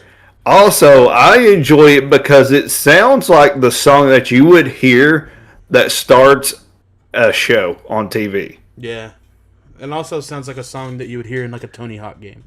Yeah, exactly. It borderlines like, no joke, it borderline sounds like something that the same people that made the theme for The Office created. Yeah, no, legit. I can understand it. But to me, it's not like something you can push forever, like The Undertaker's theme, right, or Ric Flair's theme. Oh no, he'll push it forever. Oh no, he will. Oh, I know he will. We know. We're just making suggestions. We're not trying to be jerks about it, obviously. So to me, if people still like it whenever they like it and hate him whenever and it doesn't matter what the music is in the background, and it's still slightly catchy to me, it's a respectable place for it to be sitting at D, in my opinion. For sure. So that's why I had to fight with you a little bit to push it to C. I'll give you that. I get it, but I will say this: when we're considering that situation, also consider Austin Theory getting his music change, and honestly, I think that was like a great option. We'll get to that. All right. So next up, this guy's only got one on this list, but we'll bring up the other one as well after we rank at the end. So we've got The Second Coming, Burn It Down, Seth Rollins' original theme song. I think this is a high A. I think it's a solid high A, just because, I mean, it's arguably his best theme song. Arguably, not going to say it is. Arguably, but especially when he first added the Burn It Down, it was just something special. I mean, think about it, Ridge. When we saw him live the first time, that was the theme song he came out with, and just like whenever it says "Burn It Down" and the crowd says it, when he came out, he was literally like, "Whoa!" Like that was loud. Like that song just holds a special place in my heart. But Seth Rollins is also in my top 10 favorite wrestlers of all time. So that's me. What do you think, Rich?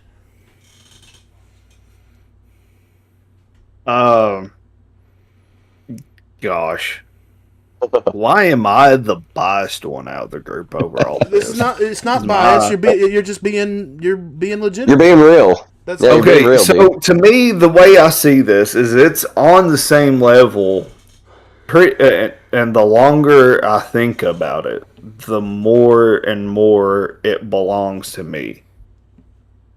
Around either, the same level as C or D.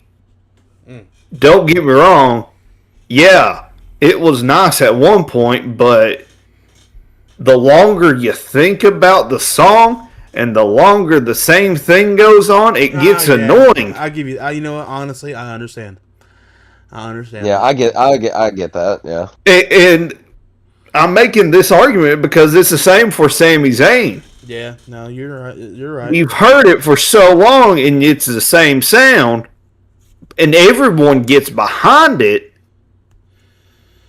But holy crap, is it annoying after a minute? The same if the Uso song was on there. Right. Doing the yeets, I mean, is it fun to do live? Yeah, sure, it's fun. But then after a second, it's like, all right. After they redo it, after they do it for the third time straight, it's like, come on. Well, no. After you do it the first time, halfway through with the first time, it's enough. Right. But then again, you have to do it again whenever he gets to the ring. And then if he decides to run it back, and then however many more times he runs it back. So thank goodness that song's on here, or else I'd put it at F. Just because it's frustrating me right now.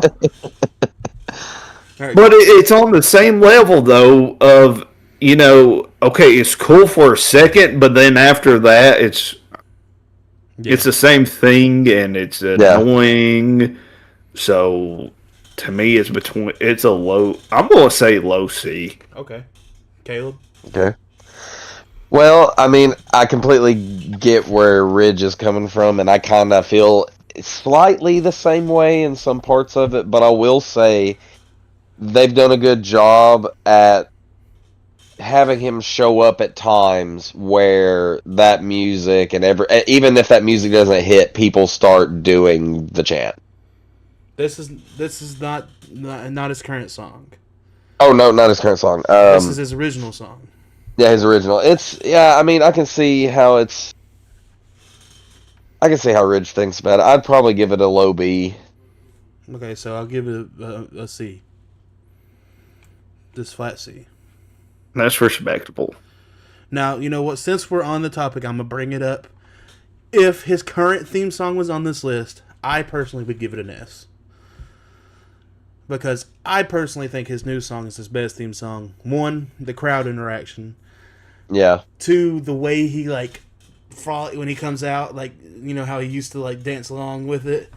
I think it just hits. The beat is hard to me. I love it. And, I don't know. It just fits him. It fits Seth Rollins, and the crowd really gets into it, especially those moments when they cut off all the lights and all the sound, and the crowd's just going. Yeah, bananas. So, that's just me. But, yeah, what would you think, Ridge? I mean, you saw his last appearance, so Yeah. Same freaking it was level. pretty lit. So you would same freaking level. So you'd say because no. Oh. Same level I said on this one. Okay. Because sure, it's fun for the first couple of seconds, and then afterwards it's just like, all right, we got it. And what kills me now too is side gripe is, well, I don't know how much he does it now because I ain't seen it in forever. Is whenever he come out in the over the top attire. Yeah, I do hate those moments. I'm like, bro, what are you doing? Yeah, those are, bro. What are you wearing? What in the world is that? Yeah, oh god. Now I will say, I think the greatest moment he used personally that theme for is probably when he cashed in on Punk after he was on the crutches and then dropped him. Turned around and cashed in. That for me was like, okay, that's what makes that theme for me almost an S class. All right, so it's not on here, but I had to at least give it its flowers. Yeah. Now this one, this is a very high one for me, but we've got Dolph Ziggler's "Here to Show the Uh-huh. World." That's a solid A+ for me. Yeah. I like it's there. It's one of those songs that it perfectly fitting songs for the character. It's a fire song. I just have to say it's a solid S for me. Ridge, I know you're an outlier probably, so I'm gonna let you go. Hold on. That's the reason why I want Caleb to go. Okay. Well, I was gonna give it easily an A. So, yeah, that's where I'm at. Solid A. Okay. To me, C. Okay. Because while yes, it's a solid song, it's just Right. it's good enough. You Right. know, it's a decently solid song. So do y'all think it should be a low, like an A- or a B+? If you ask me personally, Oh. it's a B plus. I'd have to see. Yeah, I was gonna say because you gave it an S and I gave it a baseline A and he gave it a C baseline, so maybe a B+ is fair. Okay. All right, here's a good one. Caleb, let you go first because it's a little older. We've got RVD's "One of a Kind." Oh yeah, oh yeah. That's for me an easily an A+ because it's just iconic as shit. You know, I didn't mean to say that. There goes that, but it's iconic. And It's fine. It's at the end of the episode where probably Yeah. less people are watching it because Yeah. we're doing. All right. Yeah, tier list. But anyways, yeah, I give it an A+ just because I'm old school. I really like a lot of the older wrestler themes. It's just I grew up I grew up having that era be a part of my childhood. So All right, Ridge. for me, it's an A+. All right, Ridge. Go ahead, Ridge. I'm doing this off of pure just annoyance. Okay. know what This you're gonna is say. why I'm doing this, okay? I know Because what you're gonna say. I feel so annoyed every time they show him on the screen nowadays. The freaking Quagmire, one muscular arm, one smaller arm dude that makes no sense as to why he's still like they're trying to push him so freaking hard. That's true. I'm giving this dude a freaking F.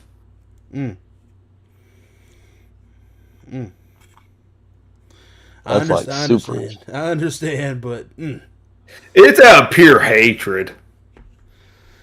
because I was gonna give it an A too, but the only reason why is because I'm thinking about original RVD, not now RVD. Yeah, we're But thinking about OG, Listen, okay, sure. EC Dub, and everything. I still he wasn't as iconic to me. right, And it I feel just like he felt could have been. over the top, pushed for no good reason. Like if you That's what I put was him gonna on the say. landscape of today's day and age wrestlers, sure, maybe now at where he's at because it's RVD. Everyone loves RVD. But to me, good gosh, if you put him in today's day and age, I don't think he would be on the same level. yeah, I'll give you that. I put it at a low C. I think it's respectful. Just because we said A and you said F. Yeah, and you said F. That's fair. Okay, now if we don't all say S on this one, I might have Yeah, to I was find about to you. say. Yeah. I might have to find you and kill you. But I have no bias on this. we've got Edge's Metalingus. If someone said below S, okay, you must feel the same way I do about RVD. All right, I mean it's This song's an That- S. that's- This song's an S plus plus plus. Arguably the greatest wrestling theme song of all time in my personal I think you need to create another tier for that one. All right, just above it, S. Just call it golly. Like Call it Call PS it- Ultra. no, just call it HS. can I do that? Holy, Hold. Holy guacamole. Holy Sigma, Batman. Okay, no, I'll just leave it. I'll just leave it like that because I don't know how to add one. It's fine. Oh no, hold up! I got it. I got it. Nope. It's respectful to say it's S. No, I made HS too late. Okay, well, never mind. All right, we got Made it. HS as a new tier, and I think that's respectful. Yeah. I will put in my vote that this is the only song for us that belongs in HS. I don't know, bro. I don't know. There's two. Well, there's a few more on here that might need to be up there. If you try to put another one in HS, Ridge, I'm going to fight you on it trust me. and drop it below HS, brother. There's a good. Don't do this to me. I think that, listen, we went out of the way to create HS just for that song. I know, but there's songs on this list that are that level. Nope. I think that we shouldn't have even created the HS. Fine, I'll take it away. God dang it. Just because I don't want another song up there. I think that if we're going to create a new tier, there's only one song that should deserve that type of tier. And we'd all have to agree on that one song. So you wholeheartedly, no, this is just a legit question. I'm not like questioning it. So you wholeheartedly think Metalingus is the greatest wrestling song of all time? Yes. I mean that's respectful, like 100%. In the HS tier world, if you're going to have that, if that is the only song that you can put up there, yes, absolutely. That's respectable. All right. But if we're going to put multiples up there, then no, I can't have multiples up in the HS tier. I can have multiple in the S tier. Okay. But I can't have multiple in the HS. We get it, man. I'm just saying, jeez. Don't shoot me. I'm just saying. You already are. Bro, I've been me and Caleb's been around the block for a little while. All right. I know, but still. All right, so next one. This one that I know it's going to be so mixed between us, but this is arguably and personally my favorite Triple H song of all time. Not saying it's the best one because the game's the best one, but My Time. He didn't use it for long, but when he returned from having an injury, and he came out with the denim jacket and the denim pants. Yep. And that song came on. Is this on? Like, oh my god, bro! That song puts juice in my bones. So I'm respectfully, since I know it's not the bestest, but I do love it. I'm respectfully give it a flat B, not a B plus, not a B minus, a B plus. Well, a B. Flat B. That's about where I was gonna say. I was about to say a B. Ridge. Wow. I know you got it low, but No. I don't. what do you got it at then? I got an A plus. Screw it, we're putting it A. I was going to try to fight y'all off of the S tier and put in A tier. Screw it, I'm putting it in A. I was on. That's fair. I was That's saying fair. I was saying B because I was trying to think about Ridge. And No, don't get me wrong. It's not the greatest. To me, the greatest is the game. Right. Okay? But underneath that, yes, is that one. Just to me personally. I give it. I'm just glad that you said that. It makes me a happy man to think that, to know that you love it. Goodness. Now this is another one that I think it could be either way, like because of Ridge, but Why is it always because of me? because you might find it annoying, but it's respectfully and understandable. I'm gonna call this one an S off the rip. It's Shawn Michaels' "Sexy Boy."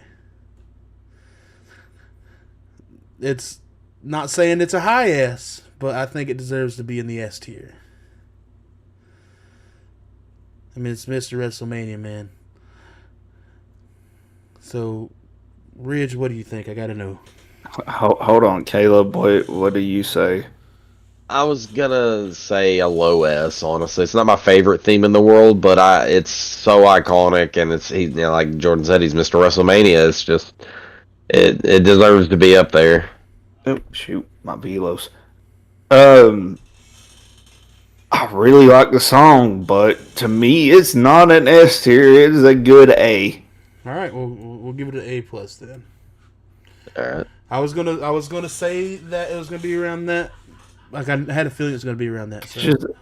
I did like it's not bad, and it's not in the it's all right. It's a good song. And honestly, it's only that I high. enjoy it. It's only that high because of Shawn Michaels, in my opinion. But to me, I can't put it at S. Right.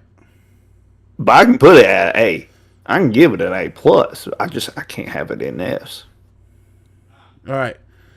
So I want to ask you up first on this one, Rich, because I know what it'll probably be for Caleb.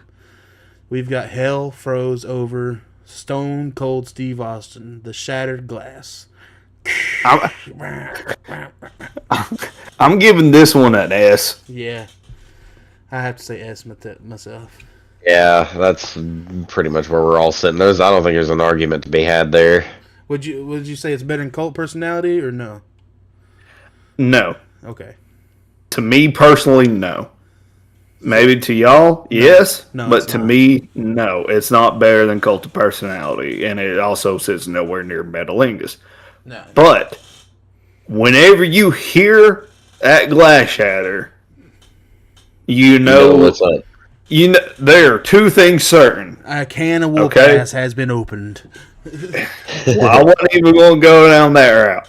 You know that there's going to be an old bald dude getting up on some ropes, flipping the bird at everybody, and you know that there's going to be at least 6 different cans of beer getting thrown at this dude. Because more likely, the reason why I say 6 is because more likely he misses the first one and then misses the third one. Right. But you're guaranteed to have those two things happen.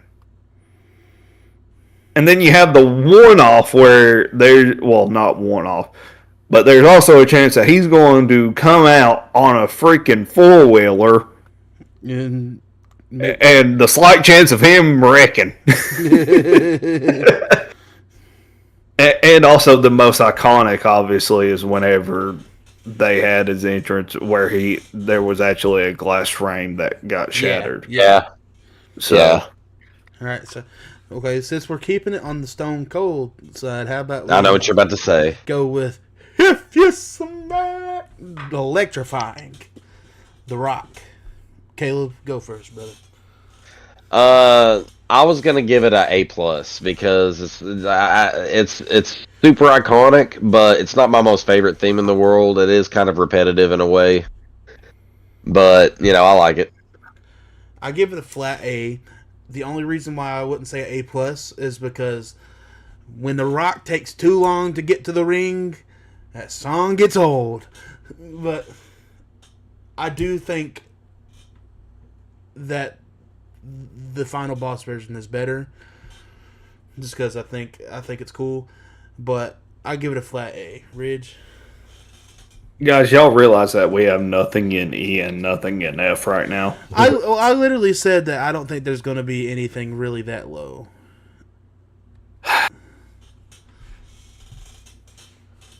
And I'm not going to put it there just because there's nothing there, so you can get over that. Well, actually, there's one song after. There's one song after it that we can put down there. I know you ain't gonna put either one of them down there, but you bet your sweet cheeks I'm gonna sit here and tell you that both of his theme songs deserve the E spot. Just because you hate. I don't care how I don't care how iconic it is for him to come out to that song. I don't care how iconic it is.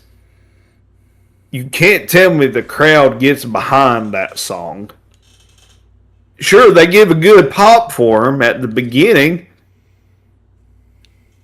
But other than that, the song itself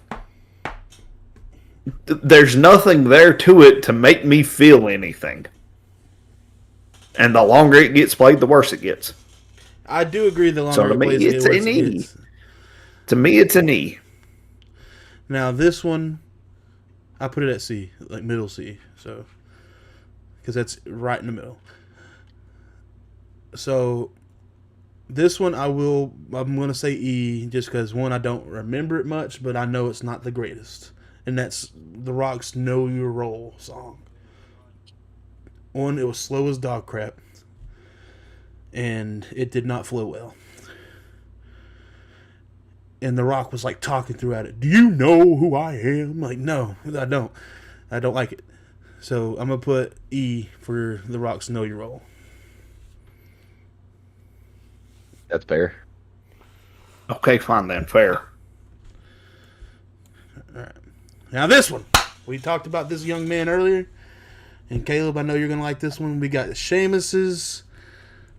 What's the name of it? You know the name of I it. don't know. I can't see it. Caleb knows the name of it. Me knows the name of it? The original Seamus theme song. I don't remember the name of it, but I mean, I know exactly how it goes. I think it's "Written in My Face" or something like that. Yeah, that's it. Written in my face. Okay, yes, "Written in My Face," Seamus's That's original it. theme song. I'm gonna give this a solid B. It's great. It's an iconic song. But I don't think it's legendary. I mean, it's legendary just because I know Seamus, but it's not like up to par with the rest of these. Yeah, I was gonna give it a low A.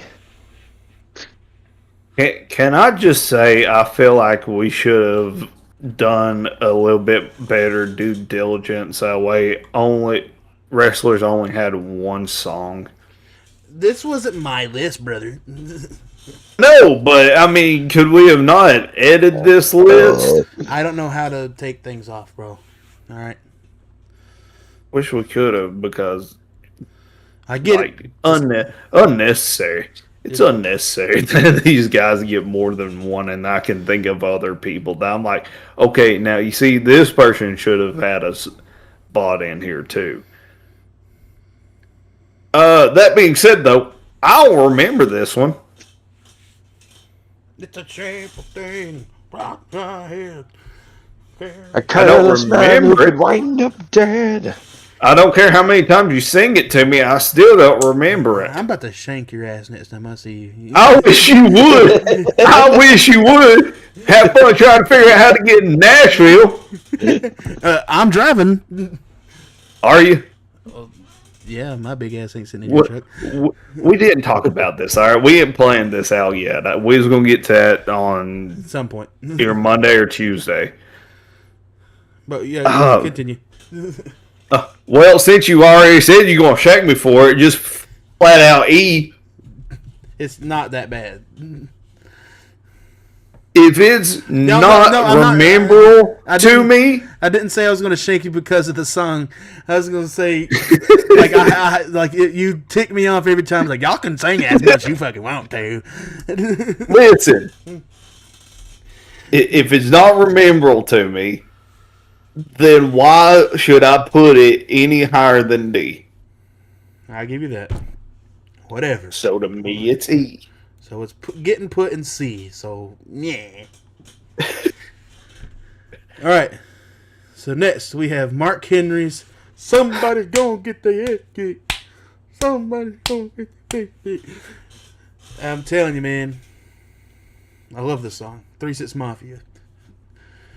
Caleb, what do you think? Yeah, honestly, I'm gonna give it an A. Okay. Ridge? I am going to give it A plus. My brothers, yes. Just because, it is so hard not to just want to say a S minus. No, you're right. You're right. So, because it is such a great song. And it fits Mark Henry so well. Like it's respectfully, A plus. And that is the entrance song that I have for your created character in WWE 2K26. So I was going to say, hey, you got an NBA. all right. Nah, Caleb. I know Caleb's gonna go high on this one, so I'll let him go first. Yeah, I'm biased, and you already know. We got Goldberg's Invasion. And I understand, I already understand people are going to be like, it's repetitive. We've talked about that, but I've always been a Goldberg fan. I always liked watching WCW matches. Especially, he was, in WCW, he was really good. So I'm going to have to give it at least a low S, just because it holds a special place in my childhood. Okay. Where you put it? I'm gonna give it a mid C. I mean, I love Goldberg. Don't get me wrong. Like Goldberg, WCW is great, but I just think that after a second it gets old. Like when he first comes out, it's phenomenal. Like the crowd chanting it, but like especially, I mean, Goldberg and long ramps don't go well. So the times that the songs was long, the time the songs was long was the greatest. I just felt like the crowd trying to shout Goldberg for 5 minutes straight. Just I don't know, it got old. So I'm gonna give it a flat. But it did bring that energy with it, and that's why I think it lasted through the ages. But okay, Slater, I have an odd question now. Yeah. Off of Goldberg, just this alone, okay? Yeah. Where would you put Obus?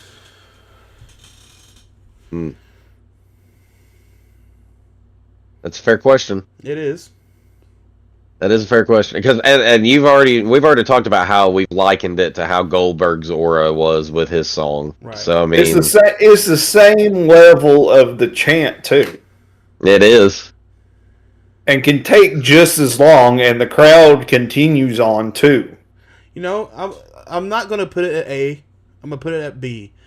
That's fair. The only reason I say that I like it better than Goldberg's song is one, I got to see it in person, and I got to experience the energy of that song. And it's awesome. Now, I like the beginning of it better than I like the beginning of Goldberg's. Now, I think it's cool. He comes out, whatever, does the fireworks, the bam, bam, bam, whatever. Yeah. That's cool. But I think the way they do it, he comes out and you see his silhouette and the dun, dun, whoo, dun, dun. I think it's better, and he actually has a beat to it, the dun, dun, dun, dun, that he does a little strut to. So I would put Oba at a B. Now, Ridge, where would you put Goldberg and Oba? Okay. I would have to say I'll put Goldberg at a C as well. Right. But it's a high C. So we'll put it at B. And I would give Oba the same credit. Okay. That's very because while it's slightly different, it's still the same premise. It's still very much so the exact same thing. Yeah.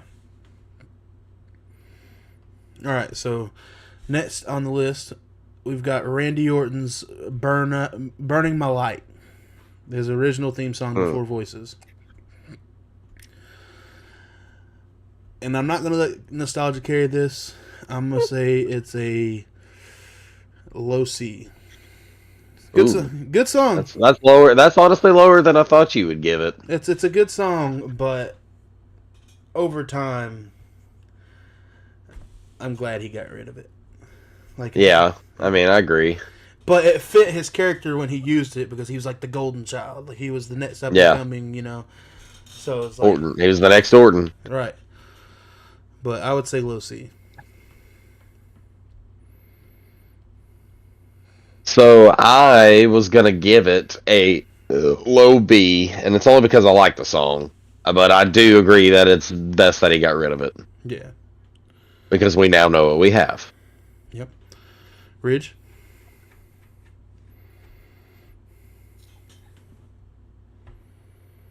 We'll say E.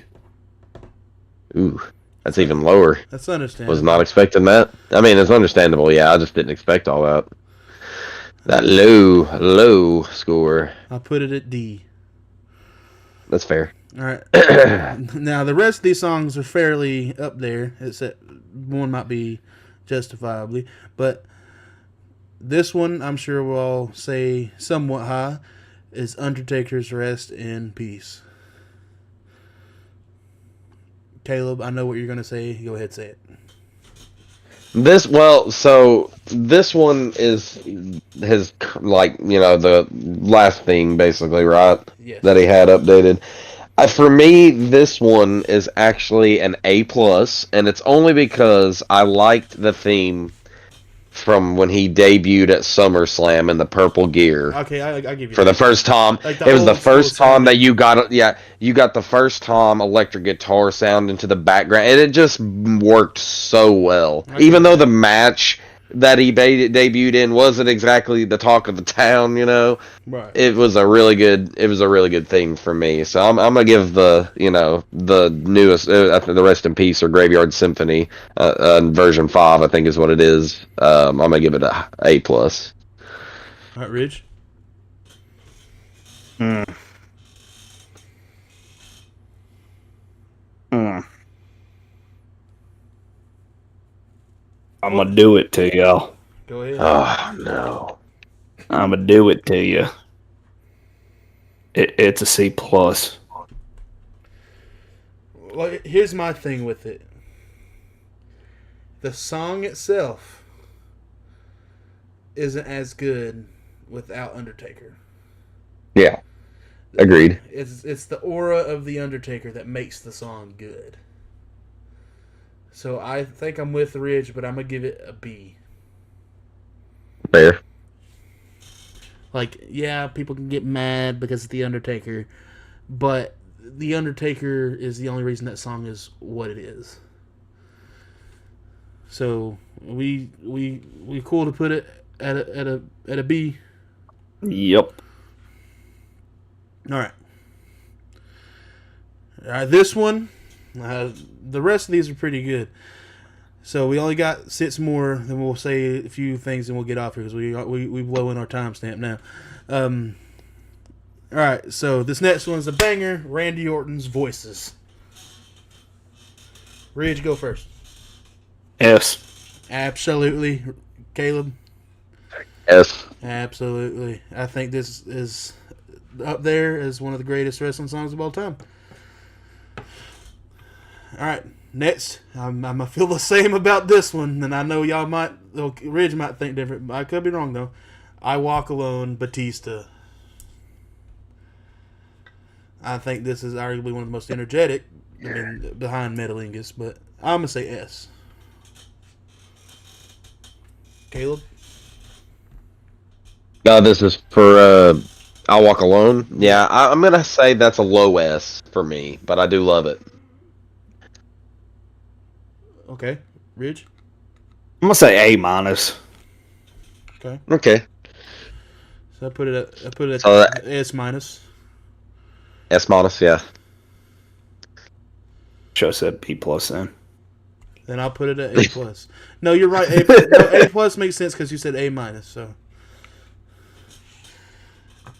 I just think, that song was literally made for him. So it's like that. The energy behind the song, the entrance makes it better too. So now this one, John Cena's "The Time Is Now."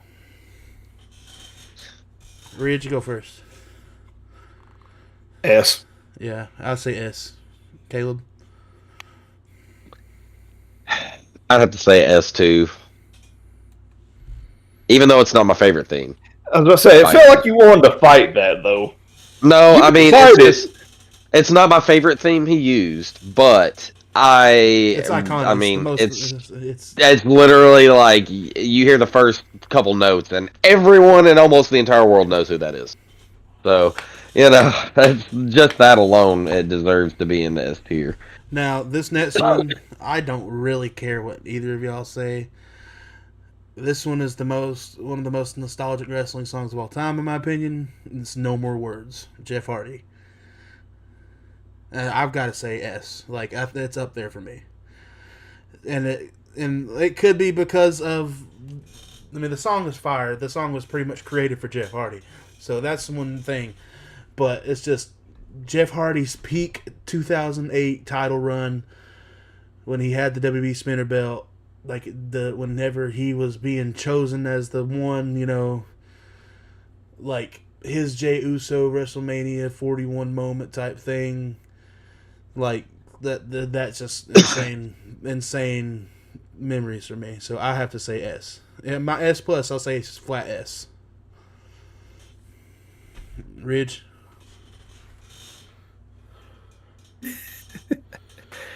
Gosh, I must be the hill out of this group. No, I know. You ain't got to question that. We know you are. See. Okay. Caleb? I'm gonna give it an A. Okay. Let's see. What would we say? A minus or B plus?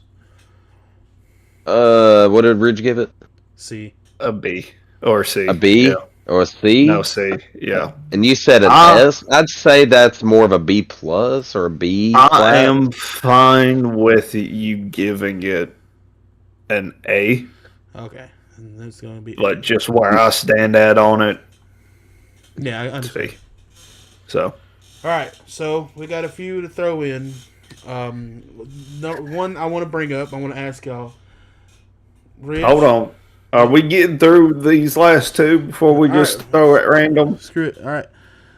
Let's just get through that and then we can make our honorable mentions. All right. So one I had to put on here just because it's one of my favorites, and Cool. it's the original Judgment Day theme song, the Metalingus, the other side. I give it an A plus. I'm not gonna give it an S because I'm gonna be respectful. But I love the song, especially if you listen to the entire song. It's a great song. Now, Ridge, I want to hear your take. Just give it to me. Man, I don't remember this song at all. It's a phenomenal, And it's a crazy good song. Okay, it can be a crazy good song, but as a theme song, though, just the theme itself, I don't remember. I can't say it. Whenever the Judgment Day would come out and they had all the lights and they stood in the fog and all you could see is their silhouettes and they had that haunting harmonization at the beginning of it, that's the reason why. Okay, I still... I'm not saying that to argue with you, god dang it. I'm not trying to create an argument here. I'm just... I just don't understand how you don't remember it, but you're rich, so I can't really argue against that. I'm not going to say. Because I'm going to end up disrespecting it more than it should. Absolutely you are. So, yeah. All right. Caleb? I'm going to give it an A. I'll give it a low A just because. Yeah. All right. This one, I had to put this one on here because I want to see how y'all feel. We got Trick Williams. Whoop that trick. Ridge, what do you think? Well, since I haven't cussed any, I'm going to disrespect the shit out of this one too and put it at F. You don't like Whoop That Trick? Nope, I sure as shit don't. Because it has the same feel as fucking yeeting. It gets old and I'm sick of it already. I don't care that there's a new version of it neither. I'm sick of it already. You know what? You're right. You respectfully. If it By the way, we'll have nothing else on F, so I'm just trying to vouch for a spot on F. The thing is, the only reason why this song is good is because of the crowd. If you just sat there and listened to the song by itself, it sounds like you're just listening to a YouTube copyright-free track. So, you know what? I mean, the crowd makes a bunch of songs good. Right, no, for real. No. Like eating, that makes that good. It makes Goldberg sound good. It makes Obafemi sound great. But it just But it's just when you listen to it, it's literally just 808s and a drum. That's all it is. Like, even worse. okay, I'll give it a D. You're right. I'll give it a D. Caleb? I like Trick Williams and I do like the song, but I get where y'all are coming from on it, and I kind of see, the same way I kind of do. So I'm gonna give it a B minus. Yeah. Dang. You all see it the same way? What? Yeah, well, I like Trick, so I'm biased on it a little bit. Gosh, you know what? Williams. Slater, I'm gonna try to drop it a little bit so that way we can bring it a little bit lower down. I'm gonna say F minus. Good night.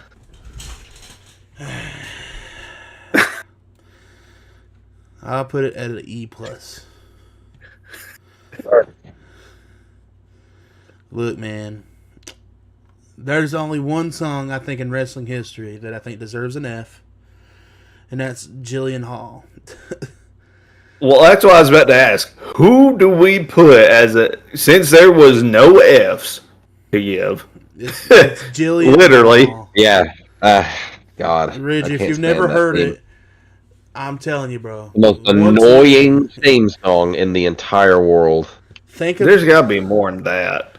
I mean, maybe, yeah. Just off the top of my head, Jillian Hall is. I'm talking about. Think of the blonde girl who can't sing for crap, but she sings the song anyways and thinks she's the greatest singer in the world. But she's Yeah. Oh, it'll make your ears vomit. horrific. Now, to think of somebody else that I could put in F. I'm not going to take too long because it's late. Do y'all have any personal Fs besides the Usos that we already know?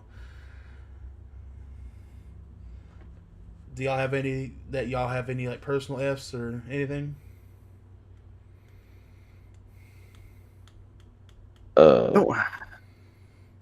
No, I'm trying to remember. I'm gonna say one. Fandango. I honestly think that's one of the most annoying wrestling songs of all time.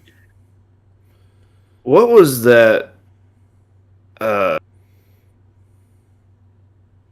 I do have a biased one that I would put down towards the bottom too. What's that? That's Jack Swagger's song. Oh, yeah. Which one? The last one that he had. Oh yeah, that's what I'm saying. But I was like, his original theme song was terrible. But I'll give you that. Maybe Doink the Clown. Yeah. Like something like that. Like it was a lot of the gimmick wrestlers. Now, there's one song on here that I would put an S. Well, there's two, maybe three. I gotta say these three. Then I'm done. And we're done. Where would we put Broken Dreams? Drew McIntyre's original theme song. Oh, I'd say for me an A. I would say an A myself. Okay, fine. I won't be as biased. I'll say a B. Okay. So that would go. So like a lower B to plus, mid. A minus. Yeah. Okay, I got 2 honorable mentions. Okay, for myself. Okay. I One of them, I would put at A. What's it? What is it? Somebody Call My Mama. Yes. Absolutely. Would easily be an A. Absolutely. That's a banger song, bro. Oh. And then I have one other that I would put at an H tier. Or not H tier, sorry, an S tier that I would say would be an S plus. I'm pretty sure I just said H twice. I'm getting tired, if you can't tell. Is the one and only Glorious. Oh, yeah. I didn't think about that one. Glorious. Dude, yes. That's phenomenal. That would be an S plus, sitting right underneath for me personally, Metalingus. Slater, I think you know why. Yeah, I give you that. All right. There's a very specific inside reason why. That sits where it sits at for me, all right? All right, Caleb. You got any honorable mentions? Oh, no, not really. Not that I can just. Well, I'm going to give you the two best honorable mentions in wrestling music history right now. And these are, like Rich just said for Glorious, S++. I think these songs are two of the greatest wrestling theme songs of all time. One of them is very controversial, and one of them, it might be understandable. First of all, Kane's Slow Chemical. Yeah. Big dog. That song is the dad rock mecca of music. Like, that song is insane, bro. To this day, it just gets to me. Oh, yeah. For sure. For sure. But then my last one before we get off here, and this is the controversial one. If you really think, you know what it is. It's Nowhere or Nobody. Chris Benoit song. Oh, yeah. That song, I'm telling you, get you hyped up, son. Oh, yeah. It'll get you hyped up, all right. Bro, that's messed up, but now, every time it plays, God. I'm just like, terrible. Oh, man. Well, no, great list, fellas. To end the episode, we just like to, if you stuck around this long, God bless you. You know, I feel sorry for you and I love you, but we had a nice long episode. We're trying to get to 50 subscribers. Oh, no, not 50. Jesus. Whoa! 150. Whoa, we are past that by a lot. Don't you dare wish that upon us and go back to only 50. Look, I'm getting there too, so leave me alone. So, 150. We're trying to get to 150, so subscribe, share us out, tell your friends. We're at 105. Remember, we're going to CreepyCon. Remember, we're going to be at the opening day for the Scream Chamber. And remember, we're going to be at least on live at least one night on this weekend this week on Tuesday This night. week. When we go see Electric Cowboy in Nashville. So, you know, if you want to stick around, just chit-chat with us, ask us some goofy questions or whatever. We'll be there. Yeah, guys, we love you. Thank you, guys. We appreciate you. You got anything else to say? Let's get off here. It's past my bedtime. Yeah. Oh, is it past y'all's bedtime? Caleb? Yes, because I have to be up at 4 o'clock in the morning. Oh, yeah, it's past. Yeah. All right. Yeah, you need to go